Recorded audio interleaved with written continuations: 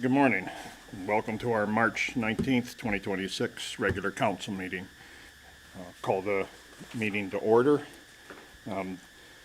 Before I start on number 2, I'd like to take a moment and thank our amazing administration and all our employees for this town. I don't think they get enough recognition for everything they do, and they make a council look good. So thank you to every one of you. Thank you.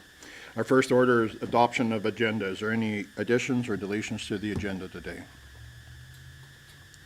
Seeing none, I'll ask for a motion. Councillor Shippold. Thank you. Also move the agenda as presented.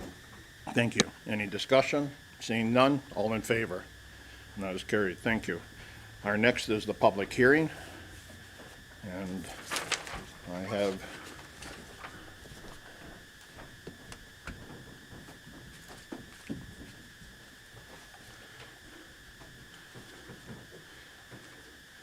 thank you and good morning. Good morning. I hereby declare the public hearing of bylaw 2026/04 open.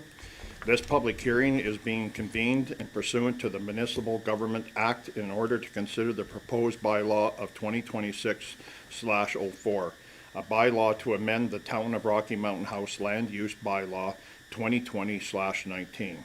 At this hearing, the public will be allowed to make presentations to council, and all persons present who believe that their interest in the property is affected by the proposed bylaw shall be given a reasonable opportunity to be heard and or to present written submissions respecting matters containing to the proposed bylaw. Those who wish to speak concerning the proposed bylaw may address this council by clearly stating your name and address. Then you may give us the benefit of your views concerning this proposed bylaw. Comments and contents of all emails and letters received become part of the public record, as well as a public hearing, which is being live streamed at this moment. Should council require clarification on any issue raised by the public, council will call staff to further clarify the matter. The staff's comments will be limited to technical matters and should not be construed as a support or opposition for the development. Members of the council may, if they wish, ask questions of you following your presentation. However, the main function of council members today is to listen to the views of the public. It is not the function of this council at this public hearing to debate the merits of the proposed bylaw with individual citizens. Everyone shall be given a reasonable opportunity to be heard at this meeting. No one should feel discouraged or prevented from making their views heard. Any person who wishes to present a written submission to council may do so. All those submissions will be retained by the secretary. Copies of the submissions will be available upon request after the hearing. Administration, could you please introduce the bylaw? Thank you, Your Worship, members of council. Bylaw 2026/04 is a bylaw to amend the Town of Rocky Mountain House Land Use Bylaw, redesignating a subject parcel from future development district to flexible residential district. Okay, thank you. Have we received any correspondence or written submissions? Your Worship, members of council, for members of the public, we did not receive any written comments. We did have a member of the public that did stop by our office. They expressed that they were opposed to the bylaw. Their concerns were with traffic, like more traffic on 54th Street, and then pedestrian safety.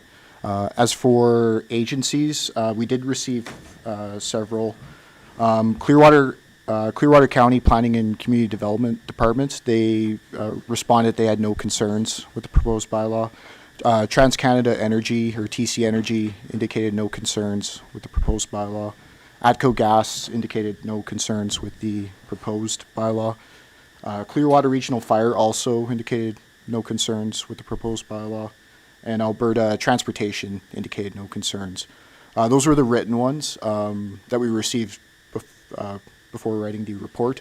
After we did the report, we did receive comments from Alberta Health Services, and they also indicated no concerns with the proposed bylaw. Thank you very much.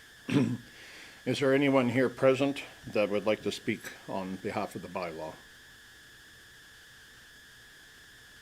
Seeing none, I'll ask council if they have any technical questions for administration at this time. I see none. I will ask for a motion to close the public hearing for bylaw 2026/04. Councillor Boniface. I'll move that we close this public hearing, bylaw 2026-04. Thank you. Any talk on that? Seeing none, all in favor? And that is carried. Thank you. Thank you very much. Our next is delegations. Our first delegation is from the West Country Sustainable Coalition. Please, feel free to grab a chair there.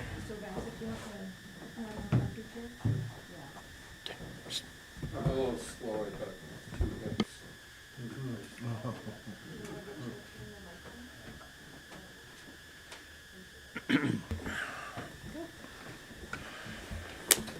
So I'd like to thank the mayor and the council for hearing from the West Country Sustainability Coalition. We wrote the mayor about a month ago with some of the concerns about the economic feasibility study. So I have a presentation here that we'll start off on. Can we go back? That's not the first slide. Oh, no, go to the PowerPoint presentation first.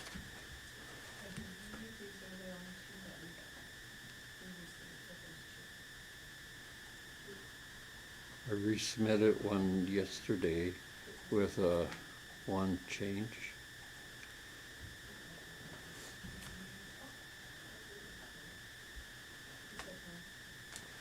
We're just finding it for you. Go ahead and maybe you can speak why they're looking for Yeah, this. so I'll give a quick overview. I've been a resident of Nordic for the past 9 years. Retired. Before that, I worked for the Alberta government as a fisheries biologist for over 30 years, and I know Kevin Stalker here quite well. I actually gave him his first job. Yeah, that looks like it. Yeah. And the West Country Sustainability Coalition, a neighbor and I started it in 2000 when coal was announced, and there was a number of coal leases granted right around Nordig that we weren't very happy about. And yeah, that's our handout. So that shows where all the mine leases are, the colored ones. And one of them is right around the Bighorn Recreation area, or the Crescent Falls Recreation area. And it doesn't make a lot of sense to us because this is our prime recreational area, or our prime site that people visit. And to have a coal mine right upstream of it, it's also just upstream of the Bighorn Reserve. There was no consultation before these leases were given out. And can we go to the actual presentation? Yes,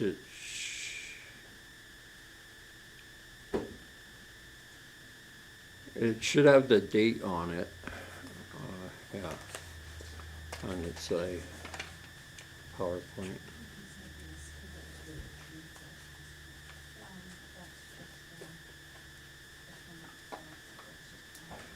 Yeah, the handouts I sent in as just general information for council.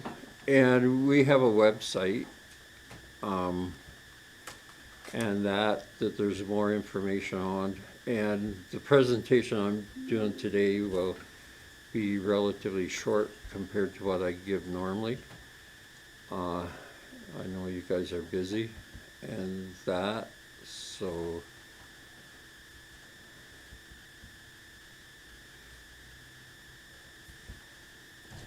The file should have the March, Rocky Mountain House, or RMH presentation, March 19th.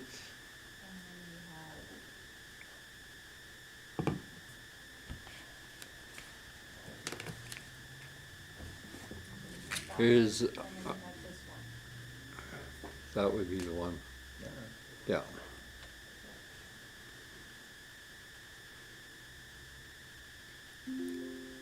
So yeah, if you just want to scroll down there. So, we presented to the Coal Policy Committee back in August 21, after which the government declined, said that they were going back to the 1976 coal policy.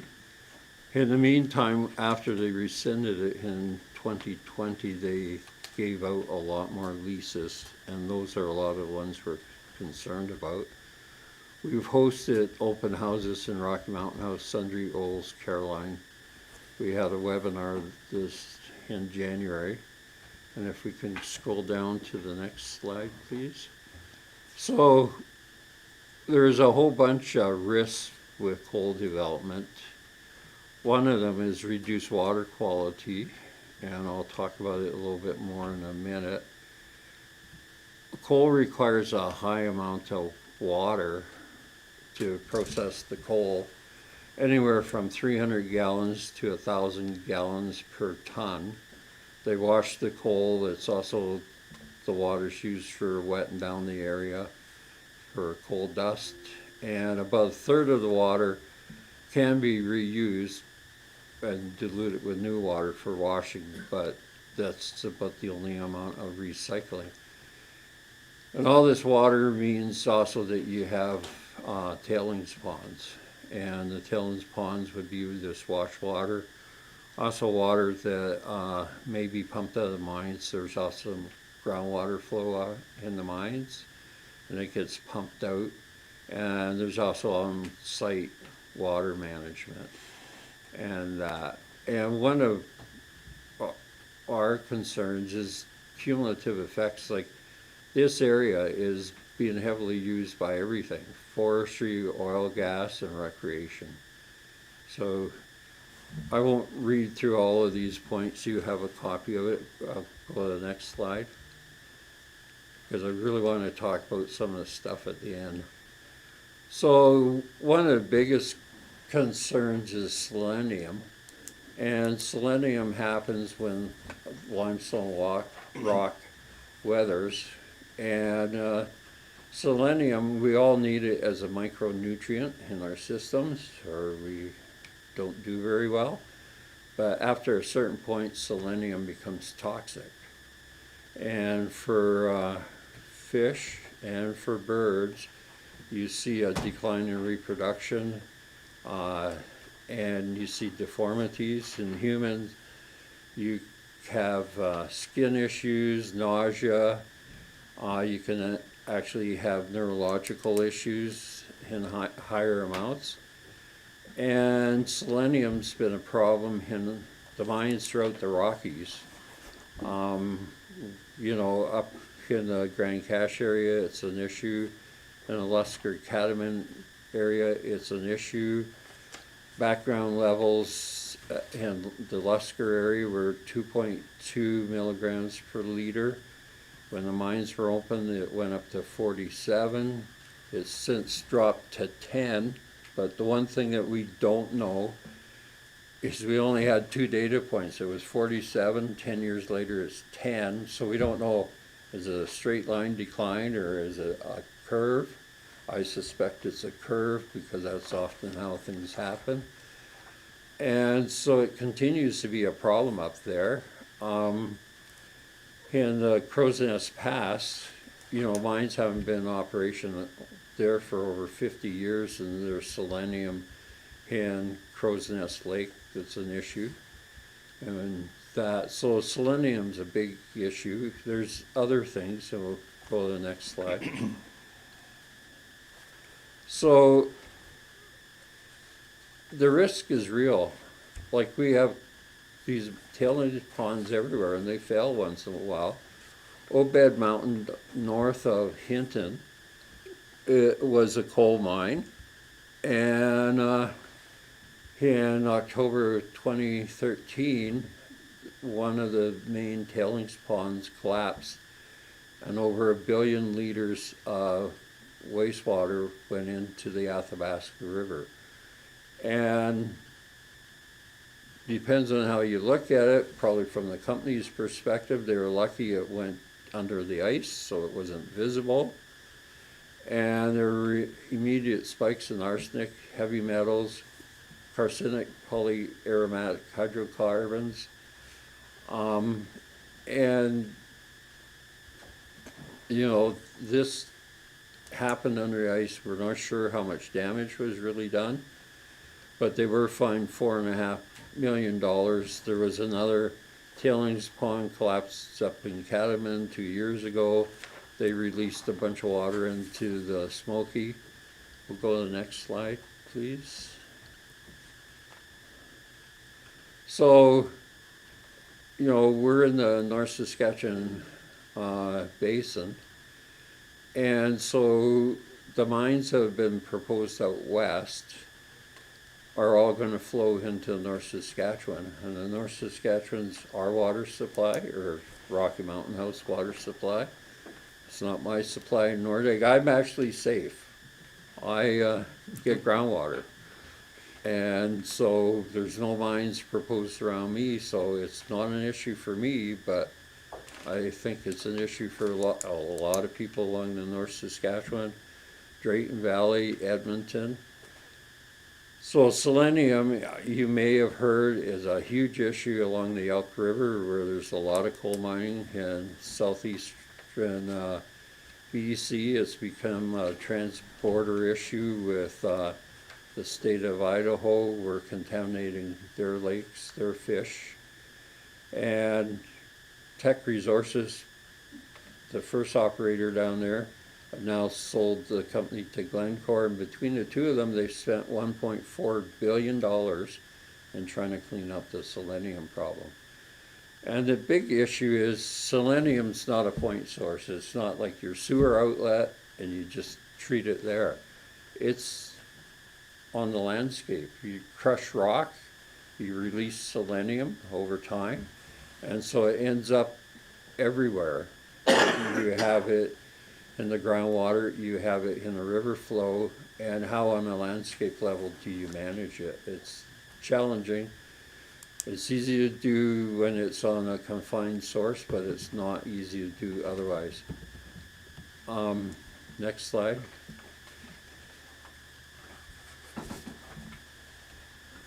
So I'll briefly go through 3 of the main areas we're concerned about right now. Next slide. So I talked about the Bighorn. It's right around, you know, Crescent Falls. It actually intrudes onto the Bighorn Reserve, which I'm not sure about the legalities of that, of leasing under a reserve, but whatever. And it also is around recreational areas like Fish Lake.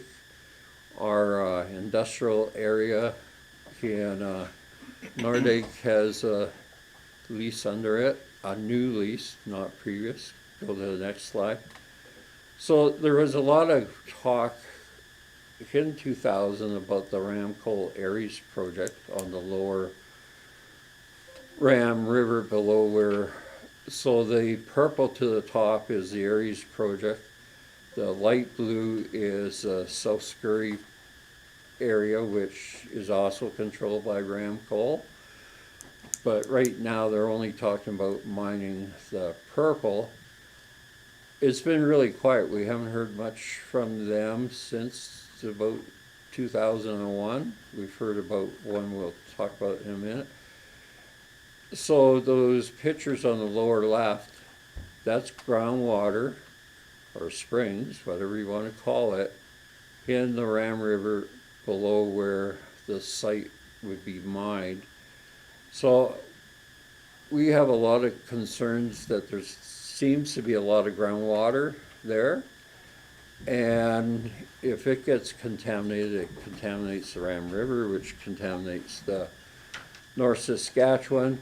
Right across from the mine on the other side of the river is Fall Creek, which is a major bull trout spawning area.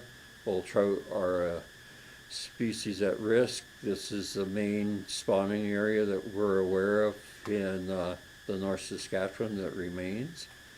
So, yeah, lots of concerns here. And can I get the next slide? So this is one that we hear the most about right now, the Valerie Resources Blackstone project. And so it's where the intersection of the Baseline or Prairie Creek Road is with the Trunk Road. And it also is the Upper Tay River crosses through there. And so if you go to where the road crosses the Tay River, which you might not notice, Tay River at that point is not very big, and you look south up onto the ridge, that's where the proposed mine site is. And we'll talk about this one quite a bit in a few minutes. So next slide. So I did a Google search for a definition of economic model, and economic models have variables, they have assumptions, they have logical or quantitative relationships, they have parameters. I worked in fisheries, our models are similar to this. And next slide. So when I looked at the economic impact analysis done for the town, I saw no description of the models. What data went into the models? What assumptions were made? There was no references to a model, you know, in some textbook or that. There were no variables, assumptions, and that. So with no hard anything, it's really hard to determine the validity of those estimates. Next slide, please. So we know from history that coal is a boom-bust business in Alberta. You know, Nordic was in a big boom, and then, you know, technology changed, and we went from steam locomotives to diesel electrics. And the coal business in Nordic just went downhill very quick. We have more current ones of Grand Cache, Tumbler Ridge. I mean, the mines there open, they close after a couple of years, or they change ownership, and then they reopen. I mean, 20 years ago, I could have bought a nice house in Tumbler Ridge, and I had never been there before. I would go there now. It's really beautiful alpine up there. If you're into hiking in the alpine and that, could have bought a, you know, 1,000 square foot house for $25,000 new. The community, it was a planned community, so you have all the recreational facilities you could ever want. Now it's, I don't know if it's booming, but it's doing better. So both Grand Cache and Tumbler Ridge are looking to diversify, and what are they looking to diversify with? Tourism, recreation, and that. So, next slide. So here's the price of coal, and it varies. And the peak coal was because the Chinese embargoed coal from Australia. There was some trade dispute. We know all about trade disputes these days. And they just embargoed it and bought it from elsewhere, drove the price up. We have no reassurances that China won't say, we're going to embargo coal from Alberta or Canada. I mean, we've had problems selling our canola to them. That's might be resolved right now. Next slide. So one of the things that could displace the use for coal is right now it's used for making steel. And because making steel produces about 7 to 9% of the greenhouse gases on the planet, they're looking at other methods of making coal, and so they call it green steel. And so there's a couple of ways of doing it. The first one to really do it is the SSAB in Sweden, which is a bunch of groups coming together, a hydro company, the government, a steel manufacturer, and they made, their first steel went to Volvo, and Volvo made a mining truck out of it with no driver. This is the future. I'm sorry So- to interrupt you, sir, for a moment. I did let you go an extra 5 minutes because of the fact that we had some technical issues at the beginning. Yeah. I'll give you another 3 minutes. I'm sorry, I have a lot to do today. Yeah, But 3 okay. minutes more and I'll get you a wrap up. Yeah, so we'll go next slide. So, company closed a bunch, or lost some jobs in BC a year ago. Go to the next slide. So, in BC, they looked at 27 mines, proposed mines. 13 of them came online. And the big thing from this is of the 100 jobs proposed, 12 came into being, 12 direct jobs. Next slide. So you should check out this PBE website. There's a video there on the first page, and it shows that Valley Blackstone is proposing to use this PBE technology, and it is highly automated.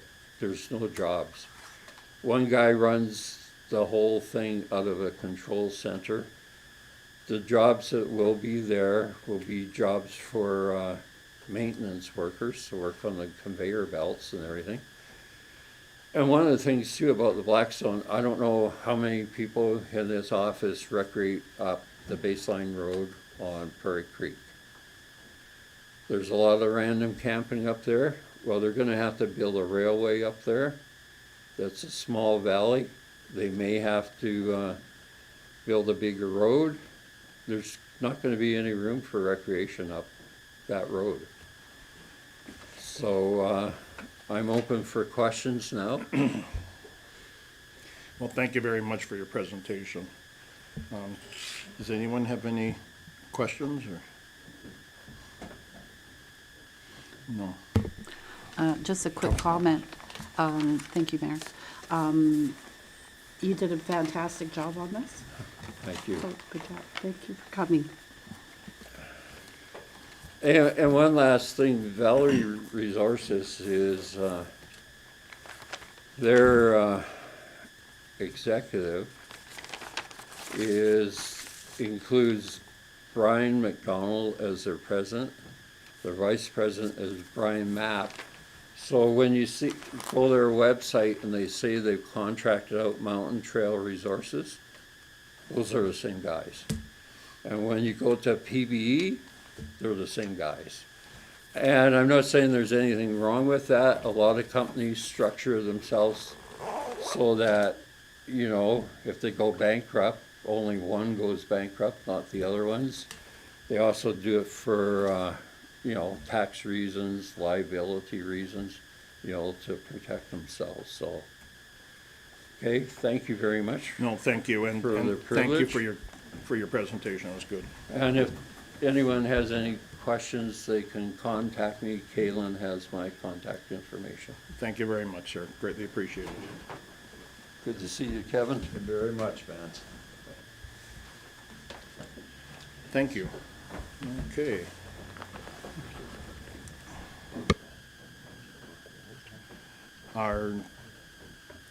Wait till everyone leaves.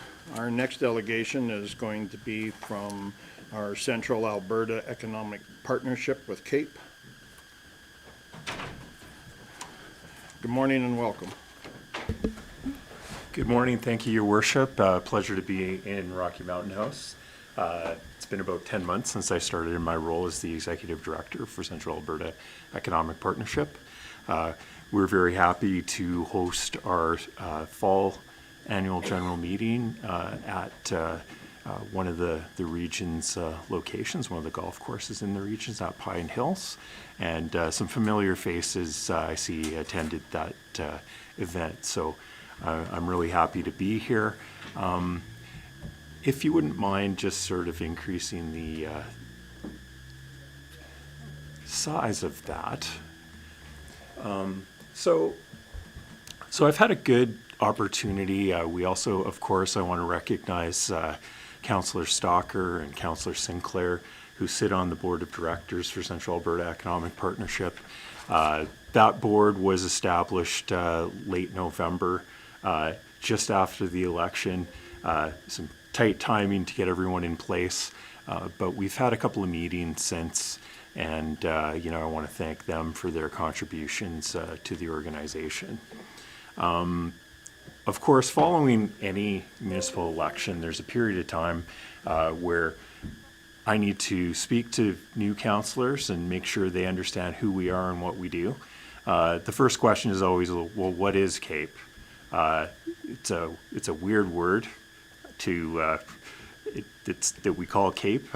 You could pronounce it some ways else, but in the end, what we try to do is act as a catalyst for economic development for the 25 plus communities in our region. That includes everywhere from the city of Red Deer at about 115,000 people, right down to places like Clive that have about 400. Everywhere in between, that's where we work. And part of what we do is connecting you to some of the opportunities that are out there, but also help you be more prepared. And we call that investment readiness. And investment readiness means that, and I put it in these terms when I talk to my municipal government cohorts. Well, every municipality has a fire department. And every municipality has a fire department, but they don't know when or where the fire is going to be. In a similar way, investment readiness is equipping you to be prepared so that when investment comes to knock on your door, that you have the data, the information, and the opportunities that will land. We don't necessarily chase specific opportunities. And if you could maybe just scroll through here, we don't necessarily land the opportunities directly. Instead, we just provide you with some of the tools so that you can do that yourselves.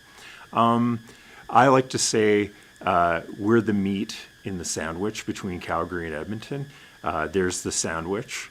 In other words, we're the highest value portion. And I also say that our region should be Alberta's third largest economy. There are incredible advantages to being in this region. You're within, really about 4,000 Albertans radiating out from this region to Calgary and Edmonton. There's natural advantages in terms of logistics, in terms of other advantages. Traditionally, the economy in central Alberta has been based in agriculture, and we're building on that through value-added agricultural development, ag tech, and so on, but also the oil and gas that traditionally has supported the region. We look at some major developments out there, in particular, some of the oil and gas developments over the years. What we want to do is look at how we can leverage those to build on them and grow more. Sometimes that will represent, could be attracting workforce. It could be making sure that we have the resources that we need to do better work. At the same token, when I talk about CAPE, I want to make it clear what we're not. And one of the things that we are very deliberate about is helping people understand that we're not a replacement for a municipal economic development office.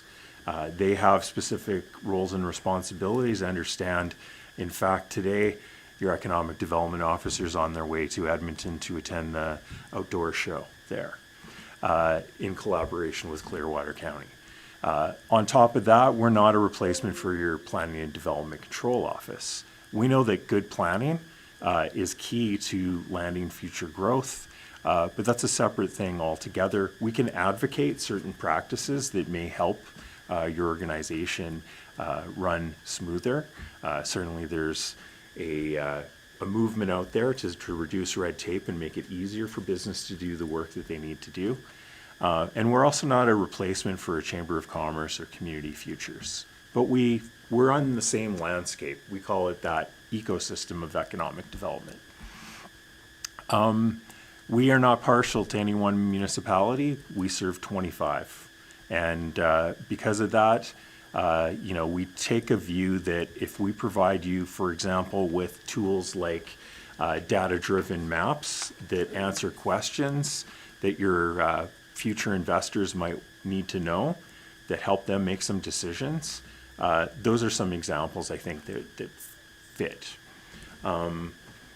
So another thing we don't do is we don't really lean on you individually as an organization to contribute more than your annual fee. And our annual fee these days is 90 cents per capita. It's pretty affordable. I like to say, cup of coffee, every 3 years, your residents buy us a cup of coffee. That's the equivalent value. Maybe that's an expensive cup of coffee to some, but yeah, roughly about $3.50 when you're talking over a 4-year period.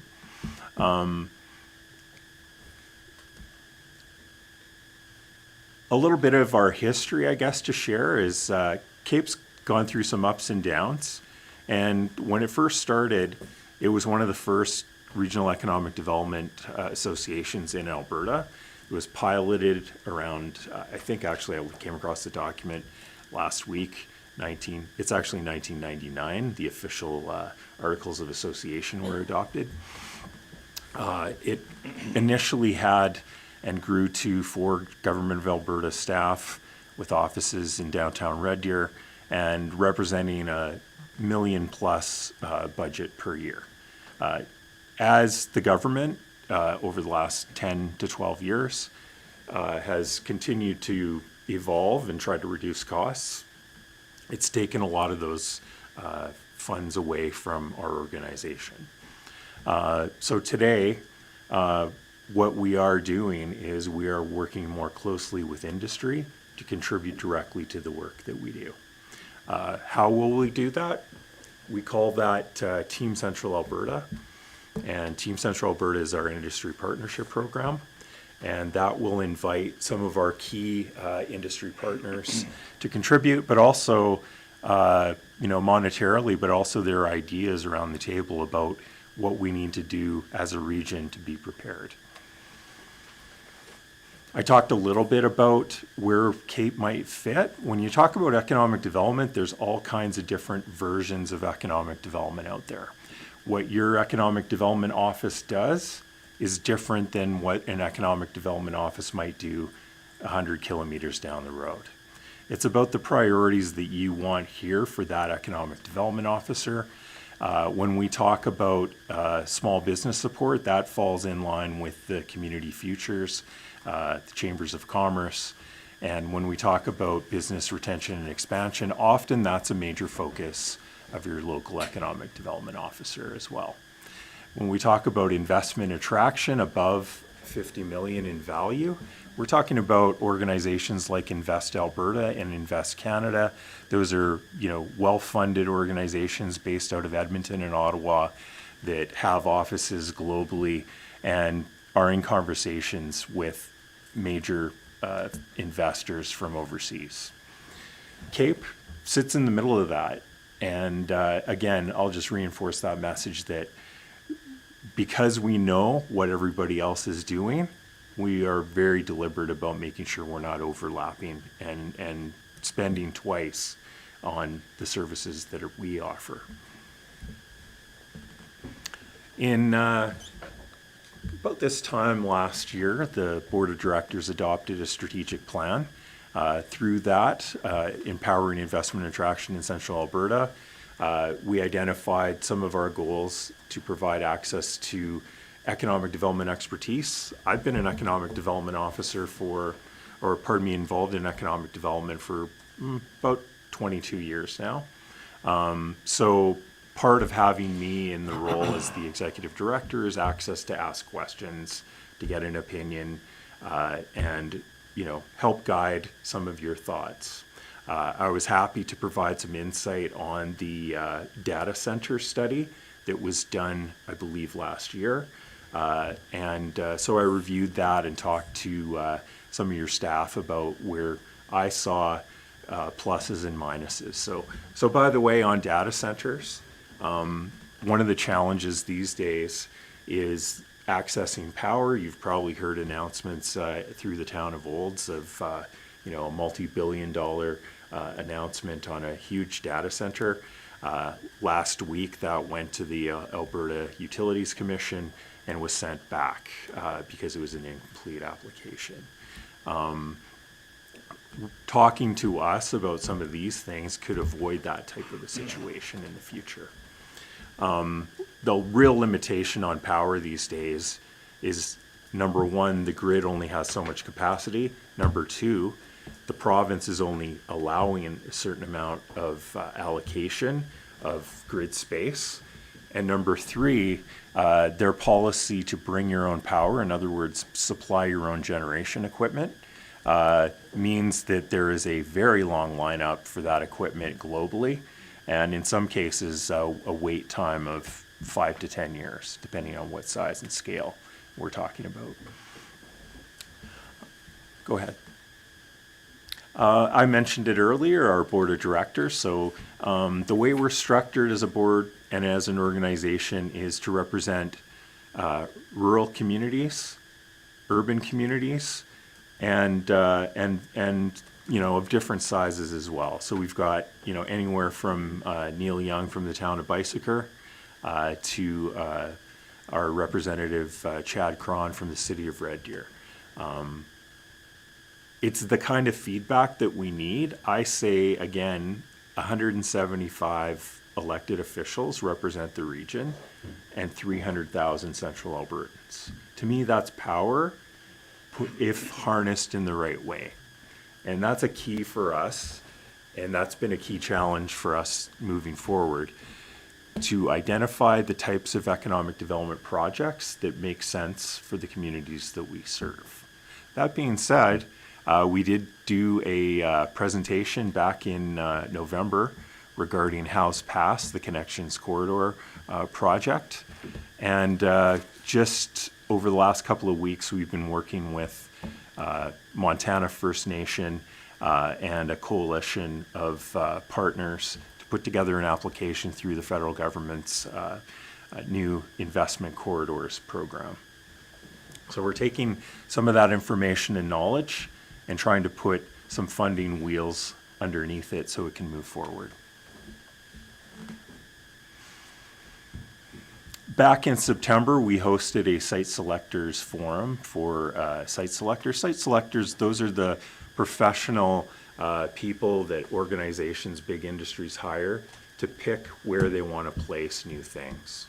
And having 8 of those, primarily from the US, at that event, and giving a ticket to our members was a way that you could participate and then gain understanding of what they look for, but also how you can structure your programs to do the kind of work that will create results. We have Let's about see. 2 more minutes, sir. 2 more. Good. We're close. Go ahead.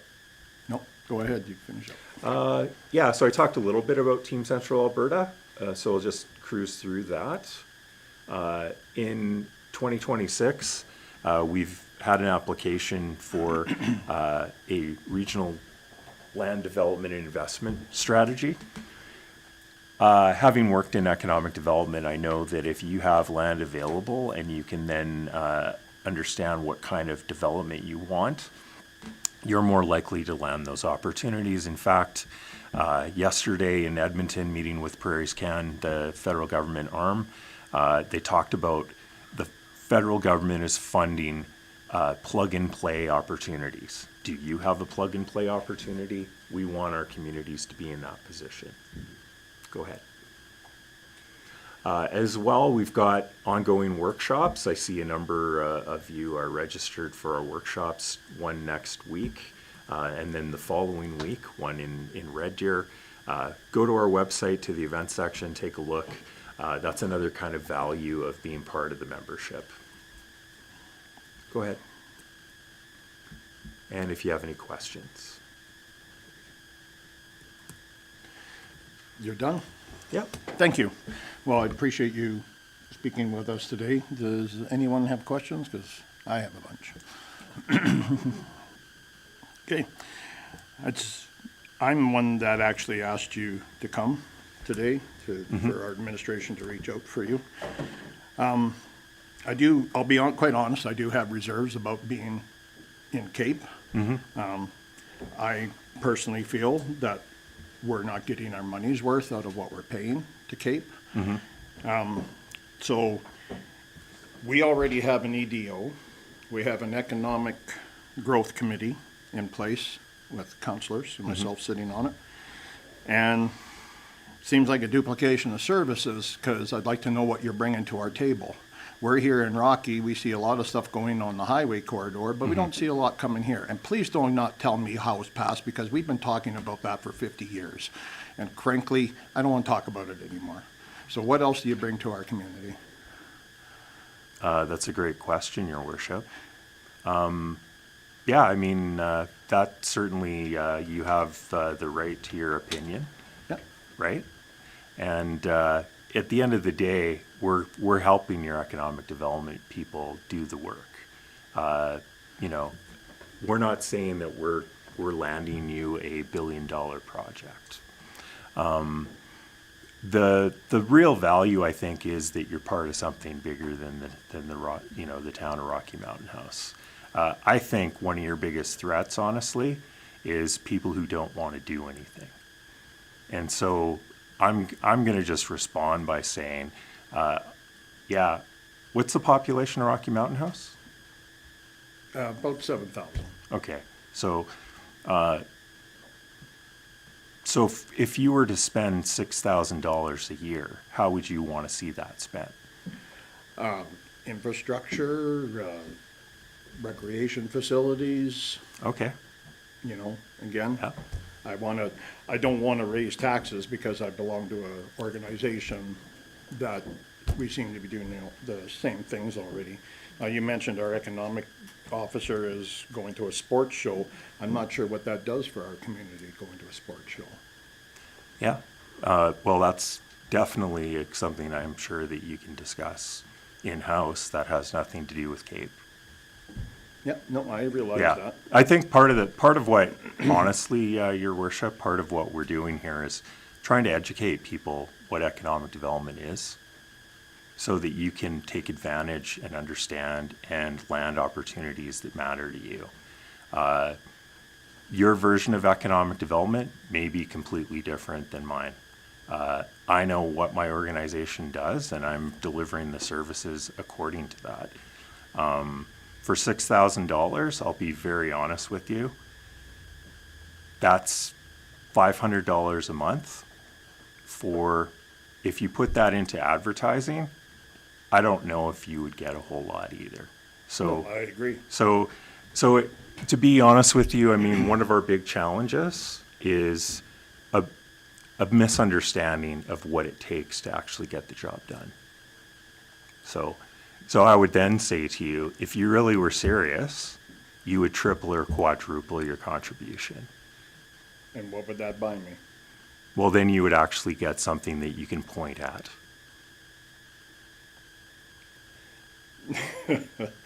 Because right now, I'm going to ask you, like, tell me how much it costs for a sidewalk. Oh, 6 feet of sidewalk, $1,000. Right. Okay, so do we provide you with 36 feet of sidewalk? And is that I a don't better know. choice for you? I don't know if you provide me with 36 Yeah. feet of sidewalk. Yeah, That's my problem. right. I've been watching Cape for a long time, and I've never seen what Cape brings to our community. We have Yeah. a lot of discussions, a lot of talk, but again, I don't see. We went to the Cape thing out at Pine Hills, and we were given, the paperwork that was provided, and Sure. on there was crime statistics for Rocky Right. Mountain House. Pretty sure we didn't have 45 murders in Rocky Mountain House last year, or 680 rapes. When we dug into it, we found out that Cape had used the information for all of Alberta, not for Rocky Mountain House. That was corrected. But we had to bring that to you.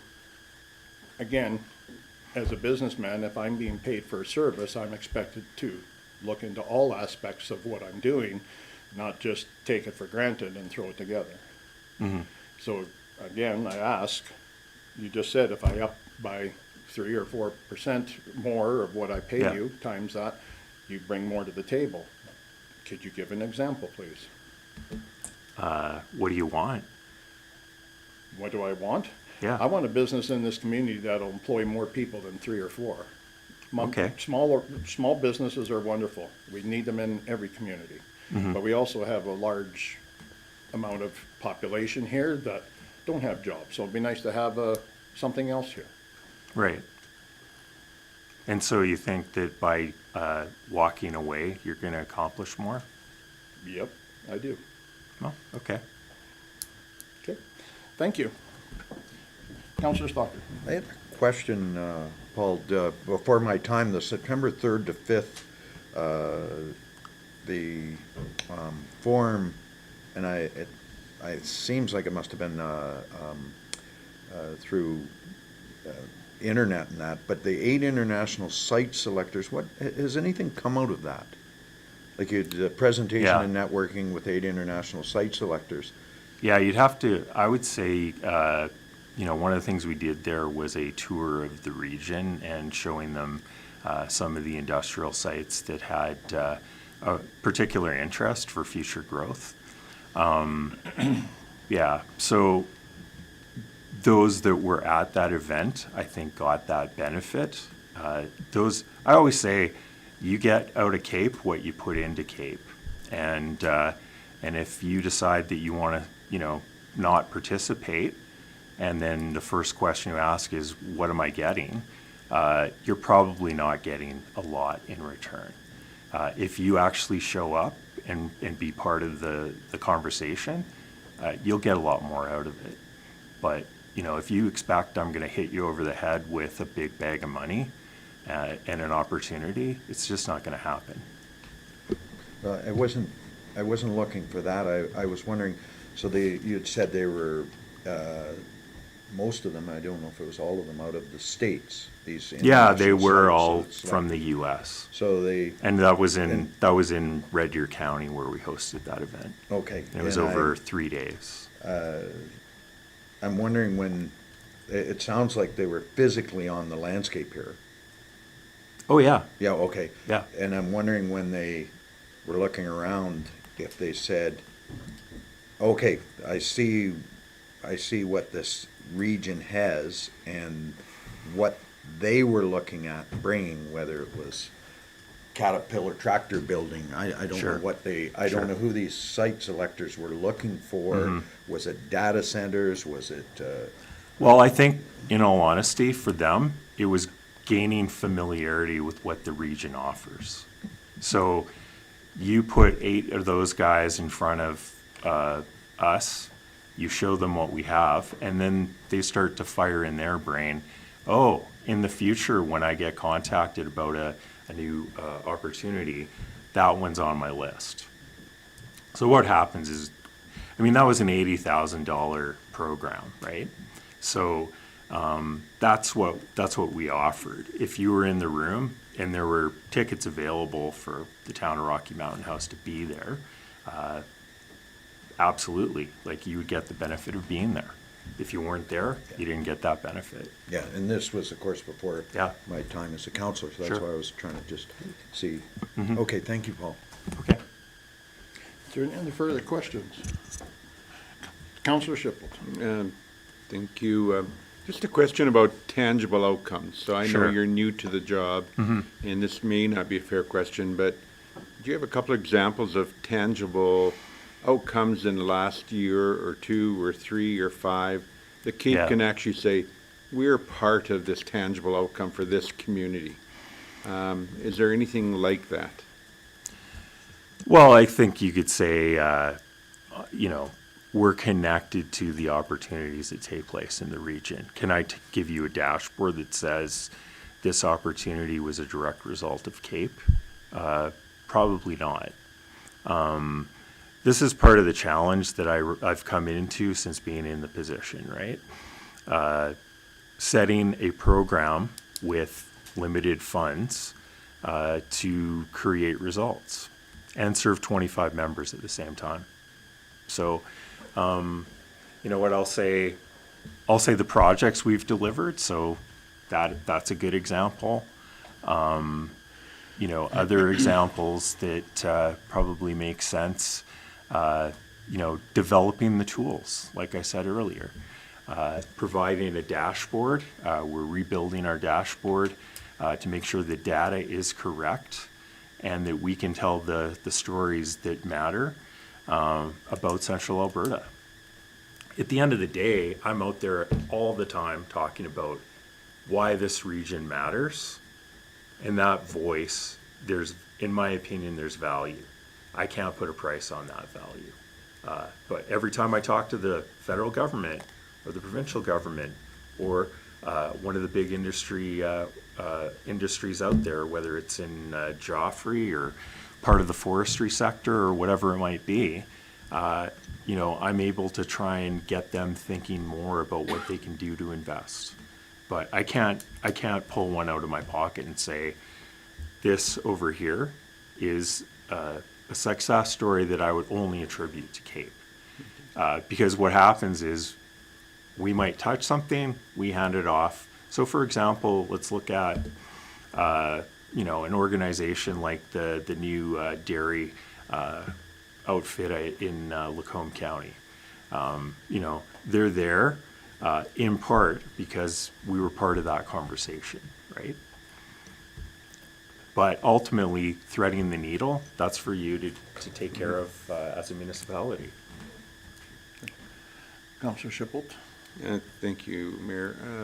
So I think that relationship building is always critical. And you don't always see the intangibles Yeah. or tangibles out of Yeah. that. We got the community profile, which is part of 3-year folks. When it came, we spruced it up a bit. Yeah. But it's a good document. Sure. And it's something that we can use for economic development within our community. So Yeah. there are a few things that have kicked through here Yeah, for sure. from you folks. Yeah. I don't think it's all doom and gloom. I don't No, want to no. have you leave here saying, hey, we absolutely, Well, I think one of my biggest concerns is that the threat is communities that don't want to do anything, honestly.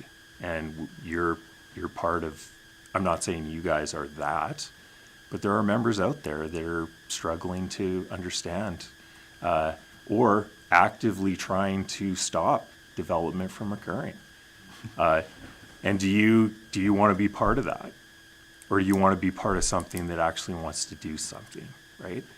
In 10 months, I've tried my best to do the work, to get a little more traction. We're moving in the right direction. And I appreciate your comment about the community profiles. What we'll be doing next month, in fact, is converting those community profiles into an electronic format so that every community has one of those. So you don't have to pay for it every year. So it's through Cape. So, by the way, how much was the community profile? It would have been $10,000. So you just paid for your Cape membership with that profile. So it's not a piece of sidewalk, don't get me wrong, but it is something tangible that you can hold up and say, this is what we did for you. And I get it, like, you have to be accountable, you have to be able to tell the people that elected you, we're getting value for our money. And I'm very passionate about making sure that that's the case. I can't flick a switch to turn it on and say, you're gonna get $1 billion over here. I'd love to. Is there any other questions?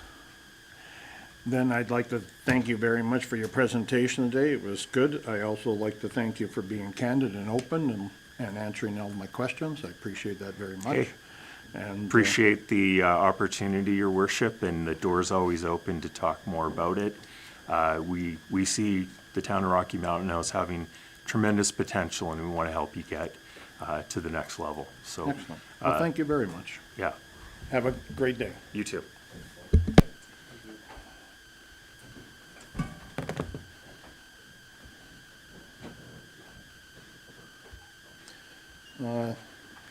It's the top of the hour, so if we wouldn't mind, I'll take a 10-minute break here, please.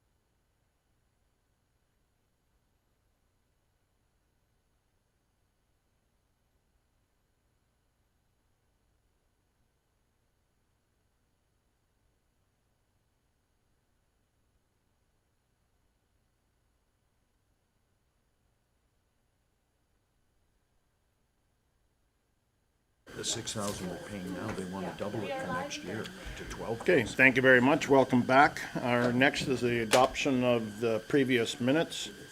Is there any additions or deletions to the previous minutes? Seeing none, could I have a motion? Counselor Stalker.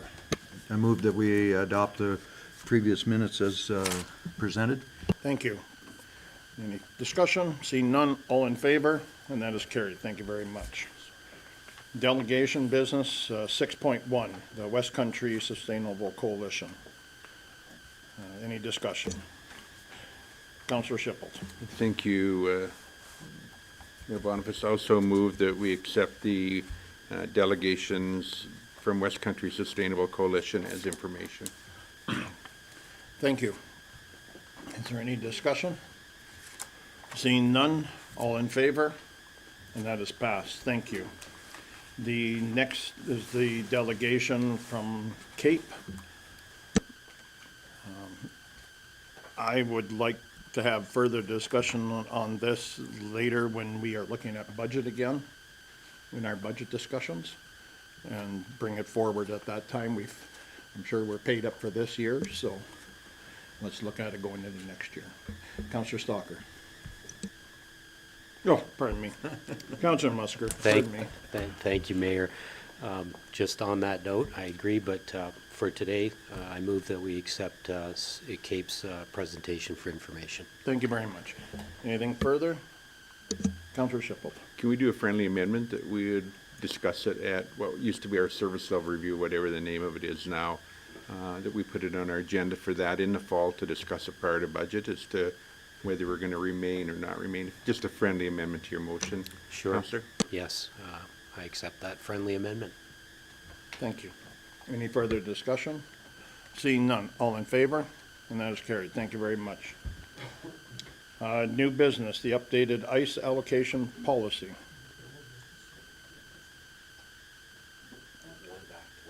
Oh, one back, did I get too far? Oh, I'm sorry, I apologize. Housing study.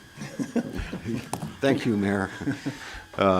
So just to provide some background to this, so in the 2026 budget, council budgeted $50,000 for a housing study, which was supposed to be mostly focused on seniors housing. So this was sent to ICC for discussion with Clearwater County for a joint study. Through ICC, there's a discussion doing a comprehensive housing need assessment or just a seniors housing needs assessment. At ICC, it is determined to bring forward to councils to focus on the seniors housing need assessment. So we're presenting this today for council's consideration. I guess it's two-part: to proceed with the seniors housing needs assessment, and secondly, to also do a comprehensive housing need assessment for the town. If we go to a comprehensive housing needs assessment, we probably need to do a budget adjustment because $50,000 would cover the seniors housing need assessment.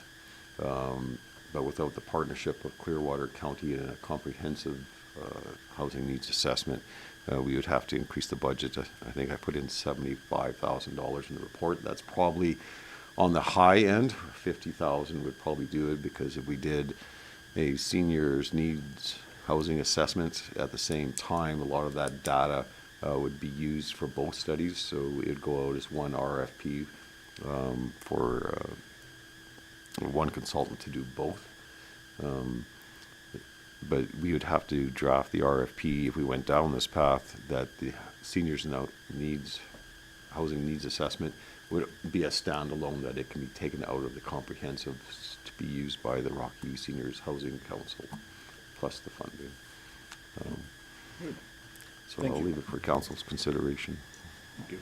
Counselor Shipple. Thanks, Mayor Boniface. Just to that then, to administration, the recommended action I have here, that motion really only covers off the needs assessment for the seniors housing. It doesn't cover off the entire one, so I'm just wondering if this motion needs to be amended in such a fashion that it covers off actually two motions for two studies, or I think the recommended action may need a bit of tweaking. I just question that. Thank you, Deputy Mayor, for pointing that out. So, yeah, so the second motion would need some, the council amends the 2026 capital budget for project 1216 housing study from 50 to 125 to proceed with a comprehensive housing needs assessment, I think is what would be needed there. Councillor Stalker. Thank you, Mayor Boniface. I'm wondering, just so the clarity is there, if we, because we need the seniors one here in short order, if there should be, and so when they request for quotes go out, I don't know if that's the right terminology, that it's very clear that the June 1st, whether it needs to be in this proposal or whether that'll just be covered by administration, that we get something back on the senior side as quick as possible. The RFP can be drafted, that's for timelines, for sure. June 1st would be too soon, for sure. I mean, you're probably looking, you're looking at an RFP process for about 6 weeks to award the contract. And then you probably need to allow at least 4 months for a consultant to gather the data and put together a report. So the target would be, September, fall.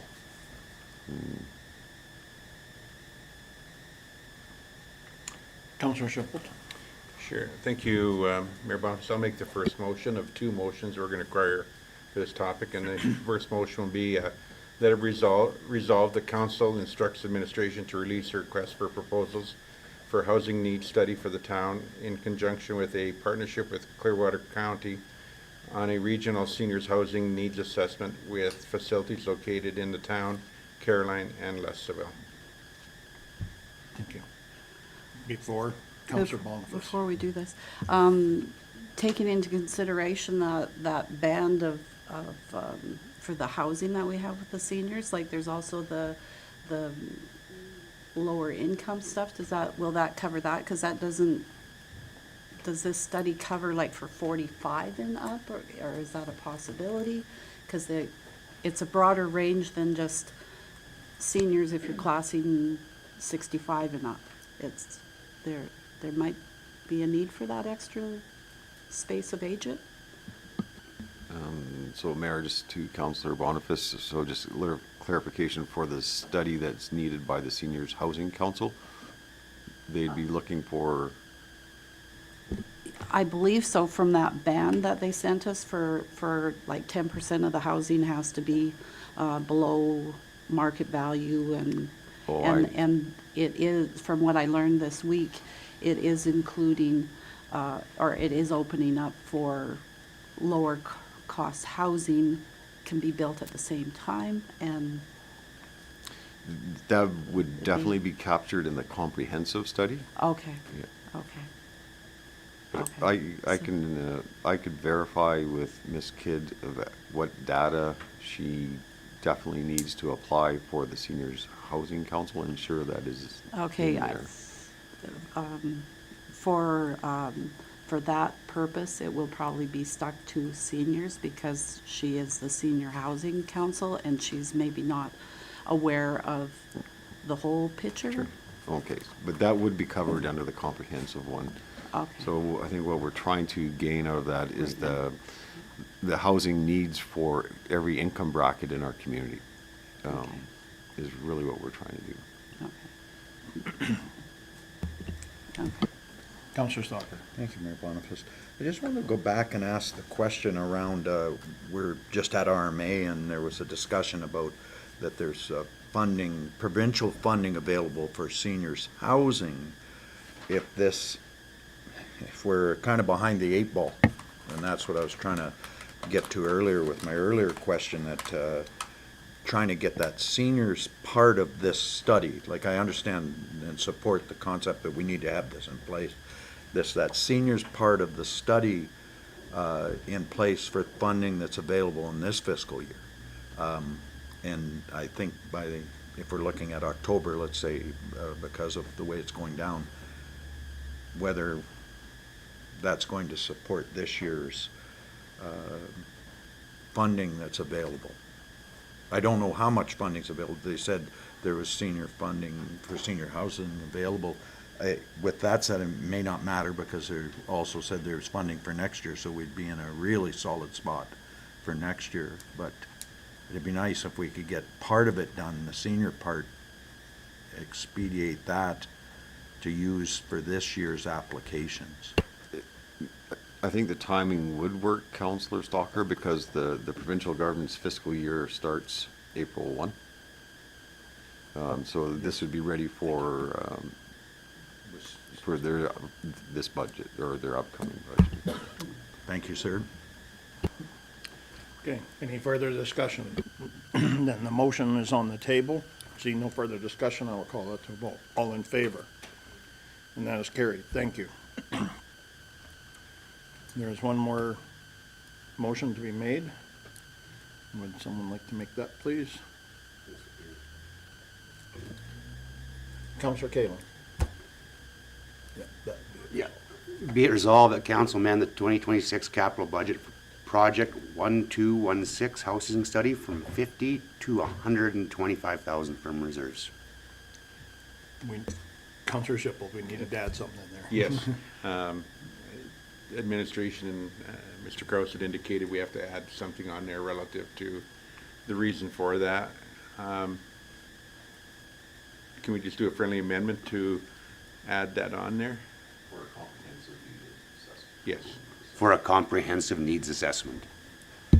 Great. Thank you. Any discussion? Seeing none, I will call that to a vote. All in favor? And that is carried. Thank you.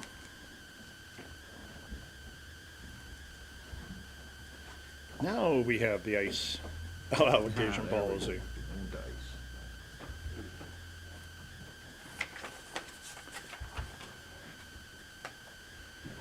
Welcome and good mornings.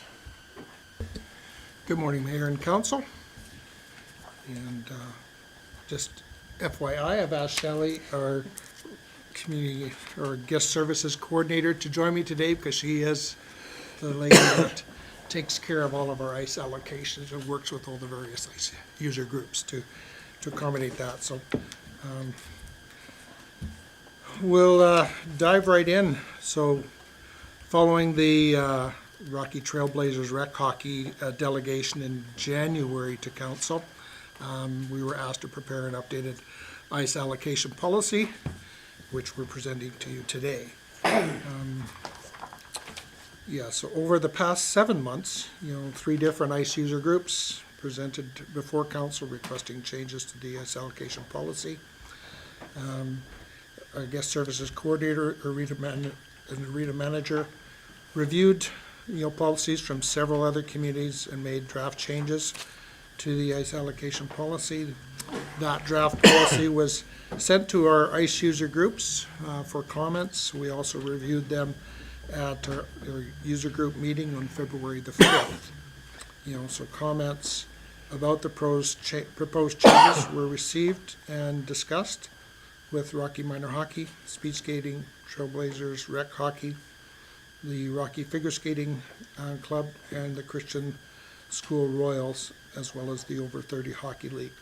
I didn't put it in there, but I did have conversations with our Junior B club as well, even though they were not able to attend the ICE user meeting. So if I outlined it, that's not a good word. I've outlined it in my report here, and you'll see the main changes in red. We've also got the draft policy with all the changes redlined for you, but I'll walk you through some of the major changes. In the definition section, we added definitions for joint use, as well as local user groups. We've changed the definition for junior hockey, eliminating the word sanctioned, because most of our groups are all sanctioned through the various organizations, whether it's Hockey Alberta or fun teams. are the two major groups that provide insurance for our user groups. We outlined holiday availability in the, just by adding the hours of operation, and we included the Truth and Reconciliation Day as one of the holidays that was not included previously in the policy. Item 5.1, the ice allocation and distribution. We determined, again, just adding the hours and identifying the summer season as primetime ice, just because of the cost of putting ice in the summer months. Item 5.2, we added, and again, just clarification on the booking process for schools. Perhaps the biggest change, it came in 5.3, the allocation priorities. As you can see, priority 3 is the Junior Hockey League games and practices. And we've clarified that the Junior B program will not have practices no earlier than 8:30 p.m. That was, one of the concerns is that they have consistent ice, but not, the other minor sports groups were concerned, well, they're not practicing before the other younger kids, so that was included. Priority 4 changed, again, removing the word sanctioned and just putting in all minor sport organization league games. Priority 5, again, minor sport organizations' first practices minus, or priority 6 is their second practices for minor sport organizations. We've removed priority 7, as that got moved up into priority 3 with regard to the junior hockey leagues. And then we just renumbered, 7, 8, and 9. Item 5.4, this section was rewritten to provide more clarity on how the considerations for how the ice is allocated. I won't go through all of those changes, but that was, the gist of how are we dealing with all the requests that we get in order to allocate and make it as fair and equitable as we can. 5.4 was removed, as it's now covered in the new reading of 5.4 with regard to historical precedent. 5.5, the seasonal commitment is now defined.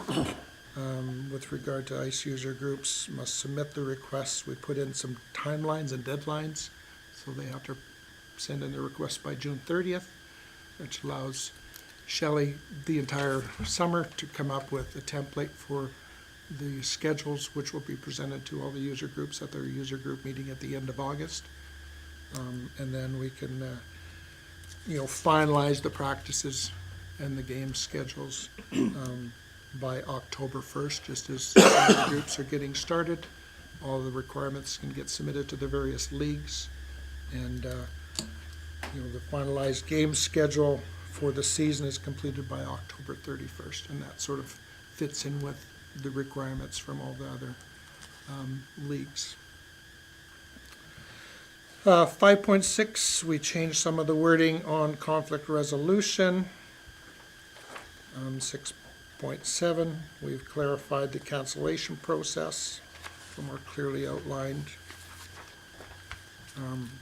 Cancellations of booked ice are not permitted after October 31st of each year. From November 1st till the end of the regular season, groups will be billed according to the allocation. And that has been in place for a while, but we just included that in the wording. And then, the rest we clarified. Just some wording changes as the title for our guest service coordinator has changed. And Appendix A, we had that in there outlining all the different user groups, but we've taken it out because the user groups are identified in the definitions. So, and that can change from year to year, so we didn't have to bring the policy back every year to amend Appendix A. So, again, to wrap things up, we're confident that based on the comments received from the user groups, that the recommended changes to the policy will allow administration to move forward with a fair and equitable process of allocation for ice for all of our ice users. And I think that was the goal that council want to see when, they sent this back for our review. So at this point, if you have any specific questions between Shelley and myself, we'll try our best to answer them. Well, I'd like to thank you, because this couldn't have been easy to put together and try to make people happy, so well done. Thank you. Councillor Shipple.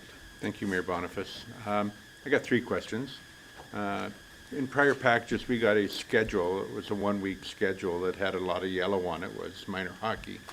And I was hoping to see that attached to this again, just to see how this would impact what that old schedule looked like. The other comment that came up was looking at a 2-week schedule versus a 1-week schedule, so that it could be fairer to all the groups, give you more versatility. And so I'm not sure if that's part of the new schedule or not part of the new schedule. It's not addressed in here. So I'm just wondering about that, where that's at. I'm not sure, do you want to answer one of these at a time? or- Well, we can tackle that. I mean, the template that you got previously with the various colors of different organizations and what time, that is something that Shelley works on over the summer, and that can change year on year based on the requests that we get. So presenting that to you now is not possible, because after the June 1st deadline for them to submit their needs, that's when Shelley goes to work and puts that template together, and then that's reviewed at the end of August when they come up with that, final template. And again, that's where we have, in item 5.4, here's all the conditions that we're looking at when putting that template together. And, so to answer your question, Deputy Mayor Shipple, we can't provide that to you right now because it's going to change. And that's one thing that we did identify with the user groups at our meeting, is that there will be changes because, whether minor hockey gets more or the times of their practices change so that the other youth organizations can also get that fair and equitable amount of time. And we did review that with the user group, say, hey, the old template, you can pretty much guarantee there's going to be changes. But what those changes are, well, once we get your requests, and to be honest, the requests that we get, we're not going to be able to meet all those requests because the number of hours that they're requesting or they're needing, we don't have enough ice to accommodate that. But we do our best. When you talk about the 2-week section, or that's always a possibility of how do we address those depending on the requests that we get. So I'm not clear, is that a yes to the 2-week schedule, or a no, or a maybe, or I guess I'm just looking for, it seemed to make sense when I heard it and when we talked about it here. So I guess where I'm just not clear where you're heading on that, if it's going to be 1 week or 2 Yeah, weeks. if you want to respond, Shelley. Thank you, Counselor. So basically what the plan is once this has been reviewed by everybody, I will be sitting down with the rec manager and the arena manager. We are going to create a temporary template using a week 1, week 2, see how we can fit all of this in together with what our user group's needs are. Hopefully, once this looks good to everybody, we will start working on those time slots, allocated practices, what weekend game time looks like, whether it works out to be a week 1, week 2, or we can have a consistent, but we're basically starting that allocation spreadsheet from scratch. So that is what we will be working on once the policy looks good to everybody. So So your hopefully answer, in the next couple weeks, we will be able to sit down and have a template kind of in place. are we using a 2-week schedule? We don't know. If we can accommodate everybody within the weekly schedule, typically, like Shelley puts together that 2-week blocks of time. But if we can accommodate all their needs within week 1 or week 2, we haven't come to say, well, you get 2 practices in 1 week and 1 practice in second week. That all depends on the requests that we come in and how we can massage the template to make the best use of our ice. Thank you. That was my first question. Second question, 5.3. ice allocation, so level and type of play.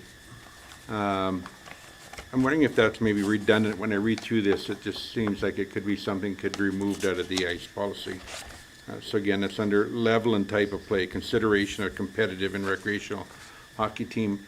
I'm just not sure that that needs to be there. It seems redundant in this document.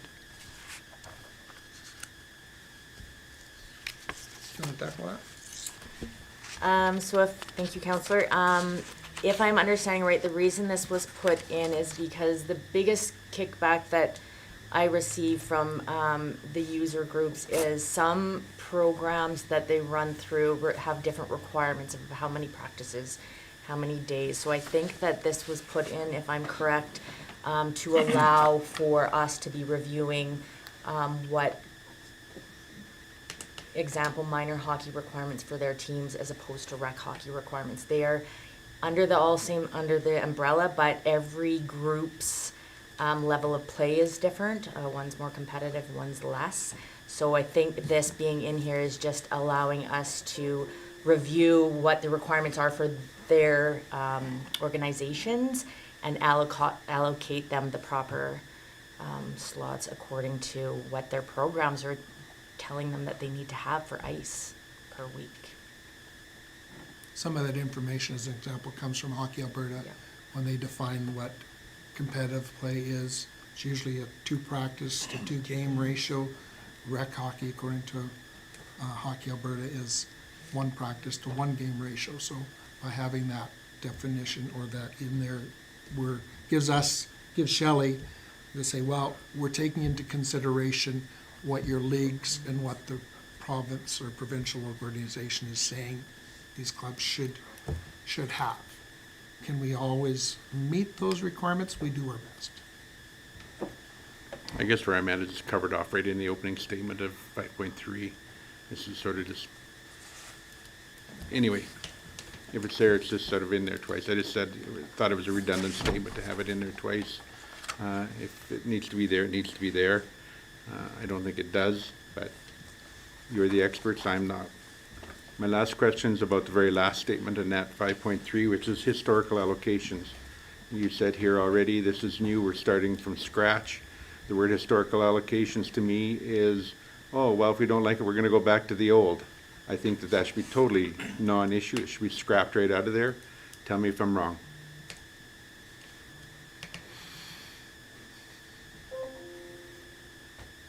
We've left that in there. Again, it comes back, we look at the old templates. I think the word historical is, we try not to rock the boat and do everything. I said, we do take in, well, we realize that historically Rocky Minor Hockey has had this many ice times or these times, but that may change. But we still want to keep that in mind that, there is a historical, really, we could remove that out of there. I don't disagree. I say take out any reference and we start from scratch. There's no historical. Well, we used to have that time, and we don't have it anymore. Or we had that time last year, but we don't have it this year. So, yeah. I mean, I see where you're coming from. My fear is we have a user group come here and say, well, it says right here, we can go back to what it was. Why can't we go back to what it was? So I just think it should be. And I don't know how my counselor friends feel around the table, but I think it's something that we are playing with, not a good thing here. So I think it should be removed. I think the last two should both be removed, but I'm prepared to let the one stay. This last one, I think, needs to go bye-bye. Councillor Stalker. Thanks, Mayor Boniface. I had noticed that historical, and I was thinking it'll just buy heartache for your folks when you're doing it because of what Councilor Schipel said, so I certainly support that. I did have a question of whether this is before us at the right time, and you'll be able to clarify that, because in my mind, this is the framework that you're going to use to get at least some semblance of fairness from all people's perspective. So I guess the question is, I was looking at it, you met with them on the 5th of February, then you got feedback. Has the ice allocation policy as presented to us been given to them to them being the groups that are involved here that you've contacted, and did they endorse the policy as it's written, knowing all the variables that you're going to deal with? So is this policy, as it's been presented to us, been endorsed by those groups? We've not had a follow-up with them. Basically, we presented these changes at their ICE user meeting. They provided some comments. We put this back together, but we haven't gone back to them. So, But we've incorporated all their comments that they provided us in the Yeah, document. and not to suggest you missed any of it, but from the perspective of those groups, I guess my thought is that it would have been advantageous for us looking at this policy, whether to endorse it at this time, would have been good to go back and say, okay, we took your comments in, we believe we've captured those comments. Can you read on this and see if it's done that? I think that step, and correct me if I'm wrong, I think we have enough time we could do that step, is there? If the council believes that step is a necessary aspect of this. Yeah, I think our goal was to have this done now, and then when Shelley has her end of season ICE user group in the first week of April, is to have, here's the policy. Now, some of the groups do spring registrations and those types of things, so they're looking to have it in place. First, I know council's first recommendation was to have the new policy in place for June 1st. You know, if- I guess my concern is we'll endorse the policy, then the friction point will hit in relation to the policy, and then we'll have to go back and make amendments to the policy as opposed to having them endorse and say, okay, we can work within that framework of the policy, and then it certainly falls with you folks to how it would be allocated at that point. I'm sensing that it might be, if there's time to go back and speak with them, just have them review it, endorse it. It's available to them now, but an actual formal setting where they can go, yeah, that one's a pinch point for me. And then when it came back to us, I don't know if I'm missing something here. Councillor Kaelin? I do echo my fellow counselor in this, and only, I guess, suppose, ask the question, do you feel the level of engagement or conversation that you had with these groups represents their wishes for this policy? You know, we make decisions for users, and I think we have to make sure that we're making decisions for users that best reflect how they want to use that facility within a reasonable means. The other thing I wanted to speak to is this historical allocation. I think previously, and I've had some experience with this, is you have a memorial tournament typically annually every year on the 25th. So that tournament, it's for somebody's, we've lost, that event has a consideration. So, because it's a reoccurring event, and that's where this historical allocation comes from, I believe, from my experience. So there's I'm going to screw it up, so I'll just say there's a John Doe Memorial Hockey Tournament, typically December 31st every year. That historical allocation provides consideration to stuff like that, if I'm not mistaken. I just want to make sure that we're not looking at this again in November. The user groups are this is who it's going to affect. We may not have time, and we may want to have it done sooner than later, but having it done correctly would be, and which is not speaking to your guys' work by no means, just making sure that we interpreted the information adequately. Thank you. To speak to that, you know, can we take this policy as it is now back to the ICE users in second week of April and have them, here's one final chance for you to say, I can pretty much guarantee that you're gonna hear moans and groans from every user group because things have changed. Nobody likes change, and we've already given the heads up, things are going to change. You know, somebody's gonna have to take a 4 o'clock slot, and that you maybe didn't have that slot in the past. So again, this puts the tools in place for us to say, you know, we're trying to do everything fair and equitably. And sometimes in the past, that's not fair and equitable. And so I think by having this there, but we certainly can take it back to them in April and then have this back to council in May. And then it's ready to go for June 1st timeline when they submit their first request for the next season. Councillor Musker. Thank you, Mayor. To Mr. Ament, I think you just nailed it. It's about creating a policy that's fair and equitable. I agree. If you take this policy back to the user groups, you're going to get complaints. And so what we're doing here is creating a policy that is fair and equitable for the users, not meets everybody's specific needs. We won't get that policy. It just won't happen. So I think if we're happy with the policy, we allow the department to apply it in the way that they see fit. Councillor Cable. At the same time, I don't disagree with you, Counselor. There is a limitation to ice space, and each user is not going to be fully aware of that, what the asks are going to be from their separate associations. So this is not ever going to be a perfect document. However, as a non-ice user, I hate making the decision without a little bit of engagement. And that's why I put that question to you, Mr. Ament, is that do you feel that the level of engagement got you to the best fair and equitable policy that you could create? Thank you, Counselor. I just want to speak to this here.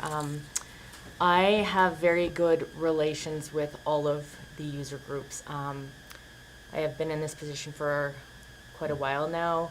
I understand over the last 5 years that as much as I want to make everybody happy, it's just feasibly not working. We have a small amount of primetime ice. I have spoke to all of the groups, presidents, vice presidents individually, asking if we could somehow get some of those programs to have our early morning ice. Some of them have flexed those programs to help us out in that situation. These groups from the last meeting we had are all very aware that changes are coming. We are trying to have everybody equal. The feedback is always, well, this program requires this program requires this, we can't do this at this time because this. So really we are trying our best to get all of these programs going well. We've offered, a non-primetime rate to get some of these groups that potentially could come in the morning. Of course, we do have our area that some people are traveling 45 minutes to get to these practices, so a lot of time it's a time frame issue. I think after numerous conversations throughout the past 4 years, and all of these groups' numbers are increasing, basically it boils down to we give you these allotted times the best we can, as equitable as we can, and you need to try to figure out your programs to work with what we can give you on these allotted times. So I have been very transparent with these user groups. They are all aware that changes, and I have made small changes from season to season, year to year, to try to accommodate some of these groups that numbers are getting bigger and they still don't have as much ice as they would like. Yeah, I feel like I've just been very forthcoming with all of them in I'm doing my best. We are all doing our best. We want everybody to have a fair shot. We want our kids to be active in sports. Not one group should be any superior, but we are only working with limited ice, primetime ice. So that's... I appreciate that statement, and it puts me in a position where I feel comfortable to move ahead with this policy. Thank you. Councillor Shipple. Thank you, Mayor Boniface. So, Councillor Kalen, with no changes or with a change?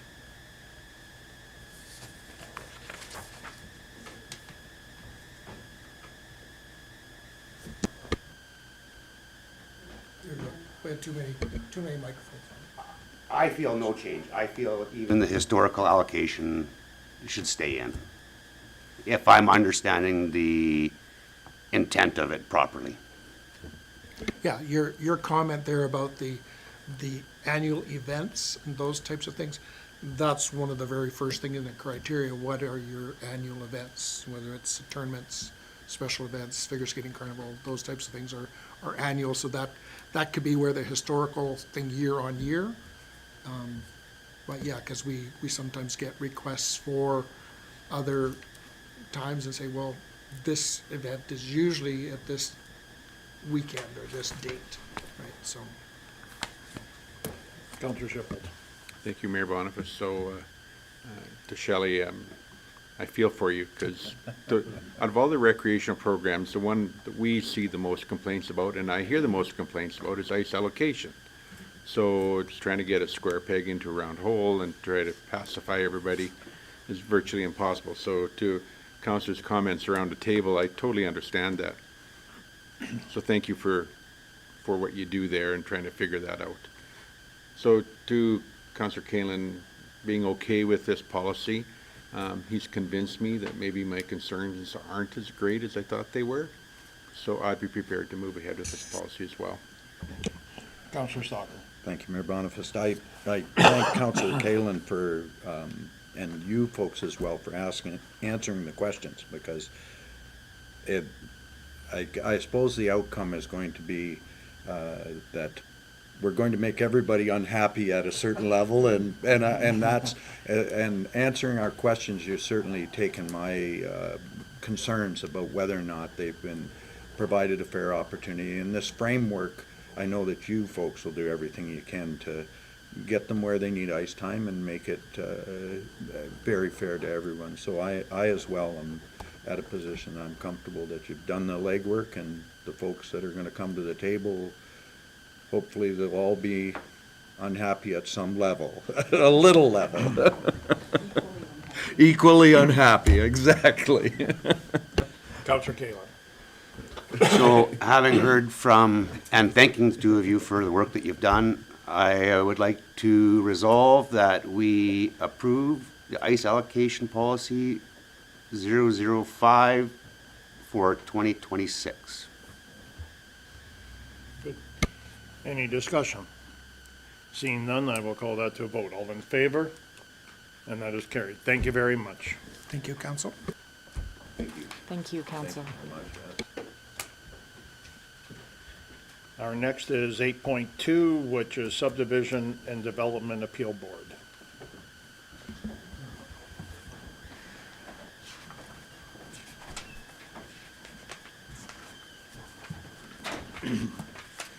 Mr. Kraus. Yeah, thank you, Mayor. So to provide some background to council, so currently, well, under the MGA, the town must have a subdivision development appeal board for appeals on development and subdivision applications. Currently, the town has an agreement with the Parkland Community Planning Services for a regional SDAB, and that's in our current bylaw. The town has been notified by Parkland that they are dissolving, and actually at the end of this month, so fairly quick notice. So under the MGA, having a requirement to have an SDAB, council needs to establish a new bylaw to establish a new SDAB to meet the requirements of the MGA. So we have drafted a bylaw to establish that. Today, there's a lot of questions in it for council's direction. So we are just looking today for council's direction on the bylaw, and no readings at all. Just to let council know, there is discussion among municipalities that were part of the regional. We're going to have a meeting in the next couple of weeks to see if there's any desire among municipalities to again form a regional one, but that would take time. And it would also take one municipality to step forward to be a lead on that. So we will be investigating that if council wishes us to, because there is advantages to that, especially with having members for the board. So if council wishes, we can just go through the draft bylaw and maybe there's, go through question points for council. So just, I'll go through it by section. So section 1 just establishes the title of the bylaw. Section 2 is just the definitions in the bylaw, and if council has any questions as I go through,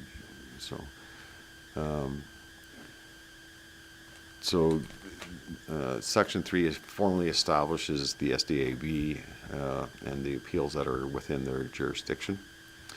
There is a section there that states hearing required in any other bylaw.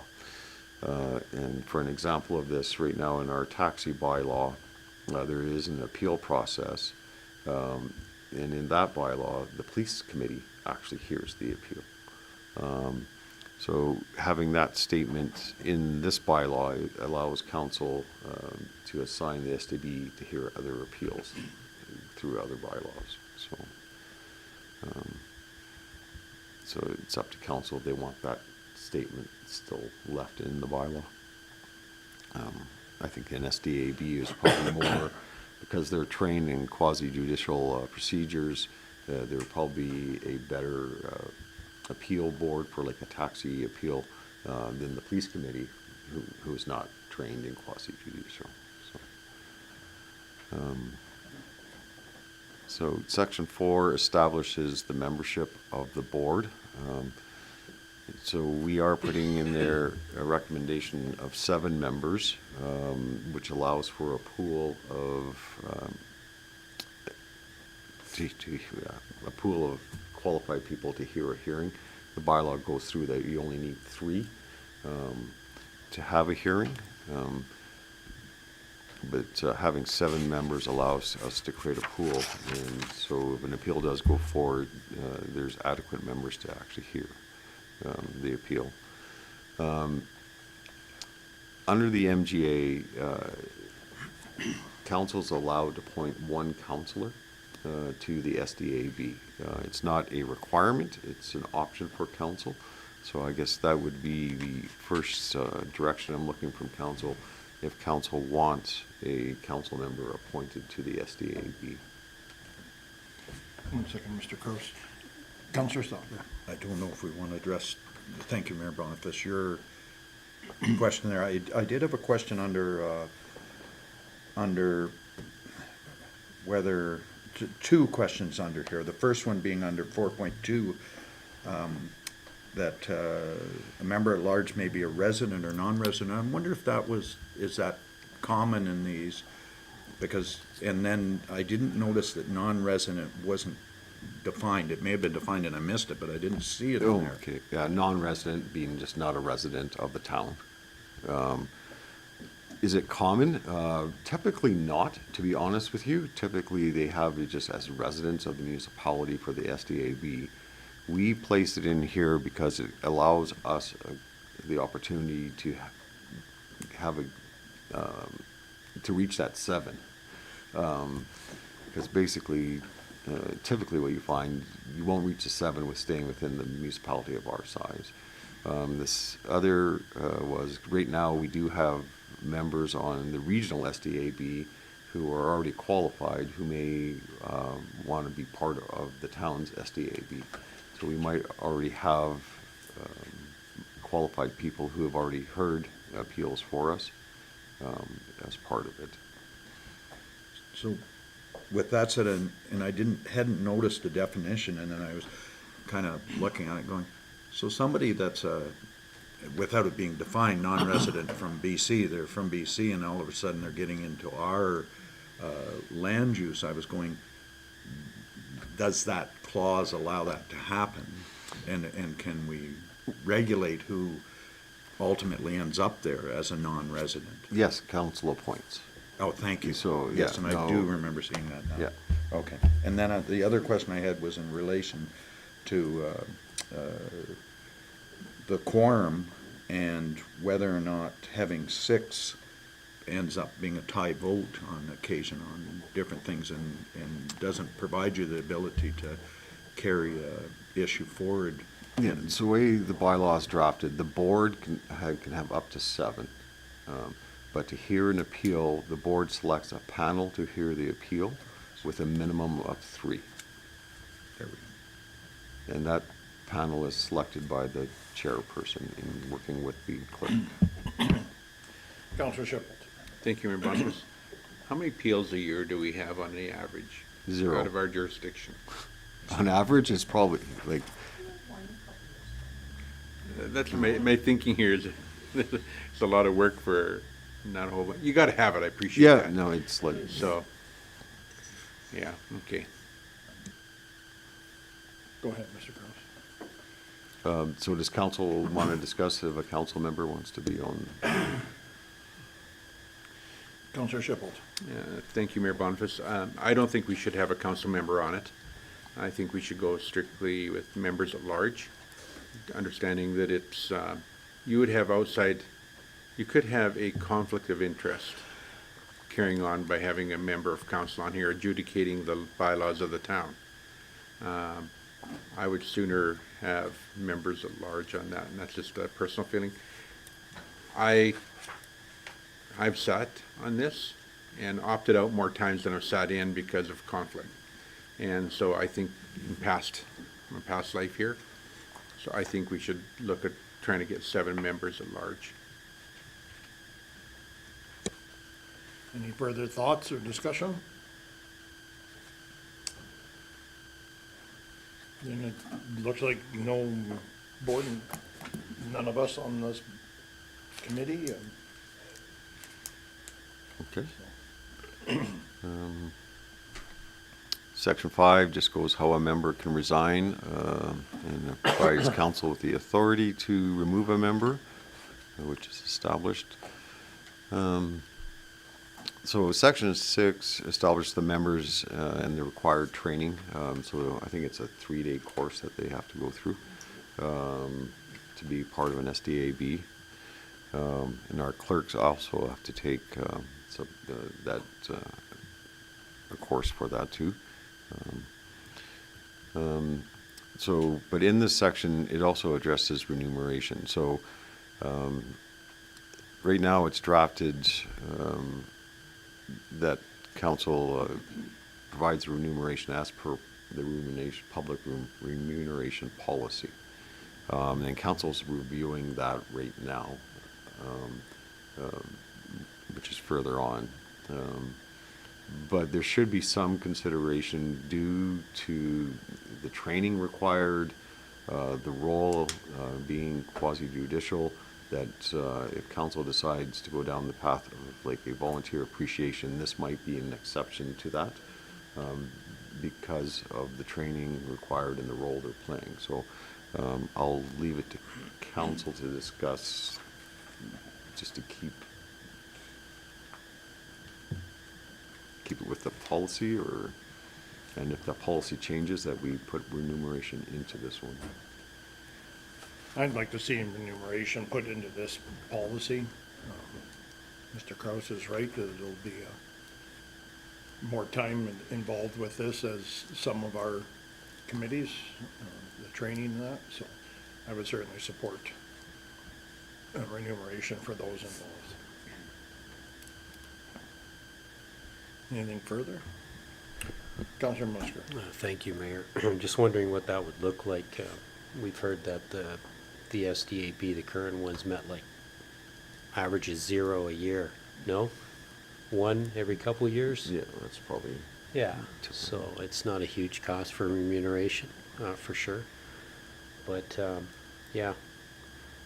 I'm wondering, I have a question. So we're not going to have a council member appointed to sit on this board, but could a council member apply to sit on this board? No, No, not an active. Yeah, you're still a counselor. All right, very good, thank you.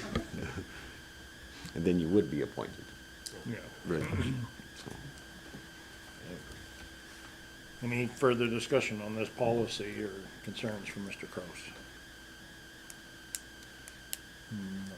Is there anything else you need from us, Mr. Kraus? Just to continue down, so section 7 establishes quorum. We put in a number of 7 for the board and 3 for a hearing, if council is satisfied with that. Then all of the rest of the bylaw are pretty typical, but if council has any questions on that, if you want me to go through each section, but it's pretty much.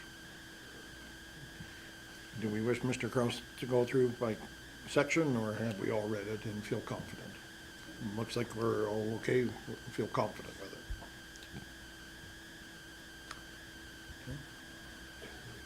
it. Okay. Counselor Schiffel. Thank you, Mayor Boniface. Also make the resolution, and if anybody speaks against it, I'm okay with that as well. And that is, let it resolve, the council instructs administration to bring a draft SDAB bylaw to the April 7th, 2026 regular council meeting with revisions that we've discussed. Thank you. Any further discussion on this? Seeing none, I will call to a vote. All in favor? And that is carried. Thank you very much. The next item on our agenda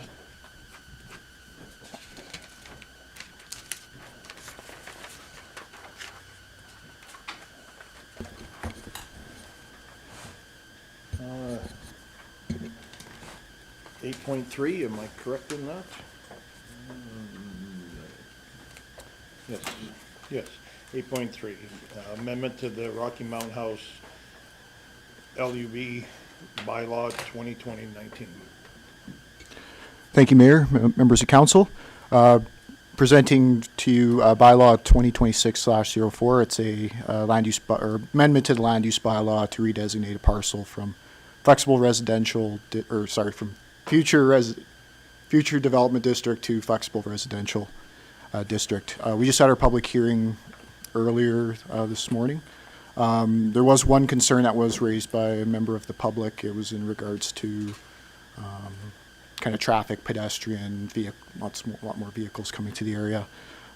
No concerns were raised with the agencies that reached out to us. As for the application itself and the proposed amendment, it's consistent with the goals and objectives of the intermunicipal development plan, the municipal development plan, the Southwest areas, and the Southwest area structure plan, which all have the parcel designated, or objects of it were for residential development. So overall, we're making a recommendation to go ahead or to give second and third reading to the land use bylaw amendment. Thank you. Thank you. With the concerns that the resident raised, only one resident came forward with concerns, obviously. And you said that we're within the guidelines of what we wish to do there. But will things be affected as the resident has indicated? My apologies, Mayor and Council. I forgot to, or didn't mention that in my comments in the report, or in regards to those concerns that were raised, like with the traffic and the pedestrian, the next steps after, if this is given second and third reading, is a subdivision application process, development agreement process, and then eventually development permits themselves. So when those go forward, the issues, like concerns with the pedestrian traffic and pedestrian safety and traffic do get addressed under those. We work with our engineering and operations department with the subdivision applications, the development permits and development agreements, just to make sure when the applications come in, are they kind of the potential with traffic and pedestrian. There might be conditions that get placed on the subdivision, but also the individual development permits themselves when they start coming forward. I forgot to include that when I was doing my presentation. Sorry about that. Thank you very much. I just wanted to speak to the road that the traffic would be on, and that is a residential collector road. And the capacity for that road is 8,000 trips per day.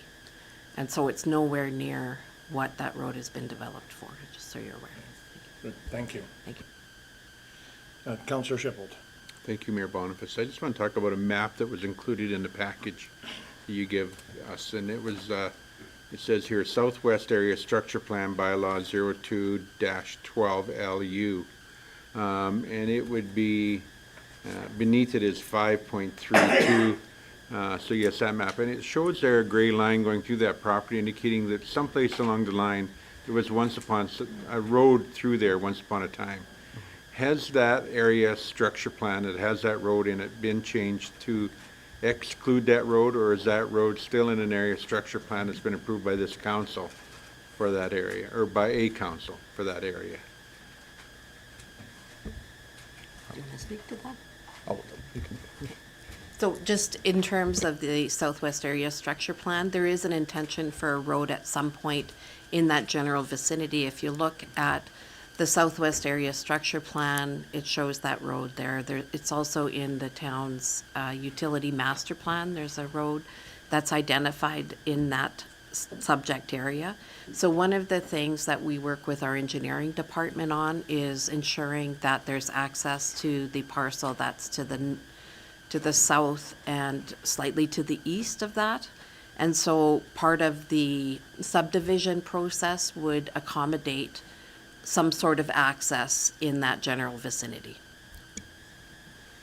So the land to the south of it, which is Laban owned, is there an area structure plan? Or have they given us a plan for that area already? I think there's, it looks like there's already some of the phone lines or gas lines, some of that stuff's already buried in that area. So have we actually adopted an area for a road? Like, we're talking about a subject road someplace in that area. Have we allowed for it someplace in that area? And if so, where's it at in proximity to this?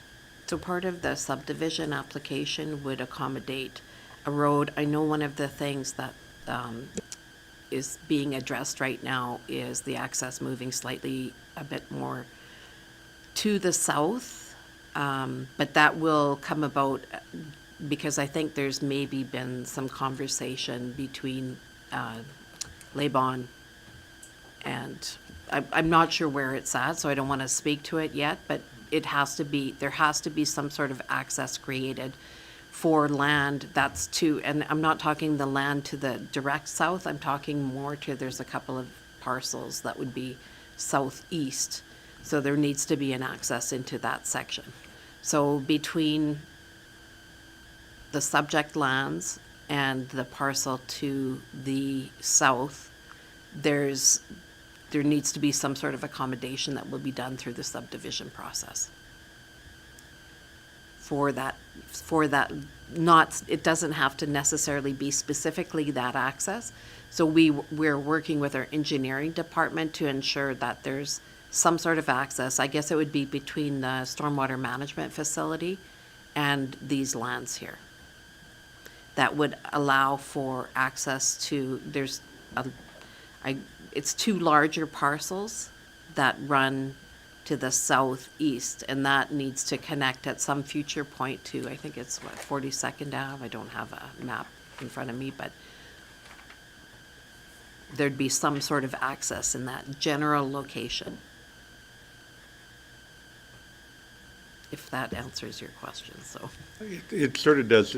I guess where I'm at is we're shifting a road right away from one landowner to another landowner. So according to a plan that's been pre-approved. Right, so that would not be done without some sort of purchase or without some sort of involvement of the municipality. Because I do believe there's land that is owned by the town. I'd have to talk to our engineering department, but that did come up as part of the conversation about the subdivision, so. Any further questions? No? Seeing none? Would someone like to make the resolution, please? Mr. Kalin. Be it resolved that council gives second reading to bylaw 2026-4, a bylaw to amend the Town of Rocky Mountain House Land Use Bylaw 2020/19 as presented. Thank you. Any discussion? Seeing none, I will call that to a vote. All in favor? And that is carried. Thank you. Would someone like to make the next, please? Counselor Husker. Thank you, Mayor. I'll make the final motion. Be it resolved, the council give third reading to bylaw 2026/04, a bylaw to amend the Town of Rocky Mountain House Land Use Bylaw, bylaw 2020/19 as presented. Thank you. Any discussion? Seeing none, that is, call it the vote. All in favor? And that is carried. Thank you. Thank you. Thank you very much.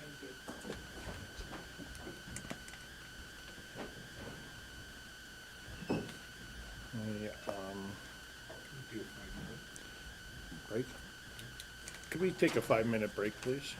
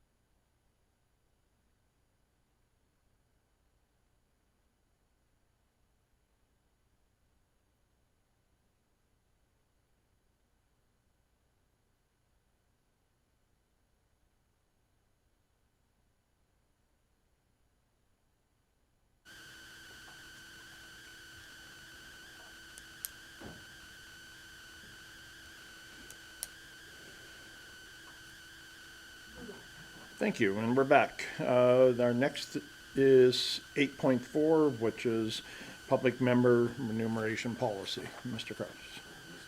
Oh, Ms. Breeze. Thank you, Mayor and Council. So before you is it'll be the same public remuneration policy that the last council meeting, council asked for administration to dig a little bit more into what a volunteer community appreciation event would look like. So that report's been added at the very end of this report as well. So there's a few components. Our team did reach out to the organizations as best as they could that were listed in the original RFD. And there's a bit of a breakdown in the report. And then, of course, some options for, depending on what direction the council is looking at. We have low budget options of potluck style, which, you know, that AHS rules may apply there. And moderate, so basically, you know, just having a big barbecue. And then, of course, some higher end options to, say, have catering an event. So some costs are in there, kind of some ideas. And then, of course, reaching out to, like Barhead has an annual event, they still do, and they do budgeting, and they have a limit to how many people they have. But they also secure a lot of their donations from the local grocers to basically keep down the costs. And they do, they raise approximately $4,500 for this event. But they also have a provincial grant, which I would assume then would be, because it's through FCSS. Because that's part of their mandate is community events, type of things like this. Again, Beaver Lodge, they hold a dinner, but they only budget between $1,500 and $1,800 for theirs. And then they give a small kind of like an item just for appreciation. Again, Devon, they have a bigger budget, $4,000 to $4,500, but they don't actually put on any kind of lunch or dinner. And then Saddle Hills Country, they do a big barbecue, but they open it up to anybody. So that's a little bit different. We couldn't get any costs from them because they weren't quite sure, because they do have catering and stuff like that. And then we have the town of Westlock. So they've kind of changed it up in the last little bit. They're finding that, I guess maybe a few people going, well, why am I not invited? And so they started to hear from a lot of organizations about this. And so basically they're realizing that the community is just coming out for a free hamburger now. So, yeah, I'm not quite sure what they're doing. They're looking to change it up this year, so it'll be interesting to see what they do. So it all depends on which direction council would like to see, or maybe not even do this at all. Thank you very much. Any thoughts? Surely someone must have some thoughts. Councilor Musgrave. Thank you, Mayor. We talked about this at length at the last council meeting. I think you all know where I stand on it. Thank you to Ms. Breeze for bringing forward all these other municipalities, what they're doing. A reoccurring theme that comes up in these is FCSS. And I'm wondering if we could have a conversation or bring it up at the FCSS board meeting, if this is something they would like to take on, or what that would even look like. I was looking at the numbers in the report here. Just give me a minute as I'm clicking back and forth. So in the motion, it's suggesting that, and I'm not making a motion, that the board honorarium be increased from $1,500 to $6,300. And based on some of the other municipalities and what they're spending on a volunteer, they don't come close to that. So I still like the volunteer appreciation thing. If we're going to go with an honorarium, then we stop calling them volunteers, because that's not what they are anymore. But I'm eager to hear from my council colleagues on this one. Thank you. Mr. Met. Mr. Mayor, through to Councillor Musker, your question about FCSS and their volunteer program. At one point, they did a volunteer gala for the community.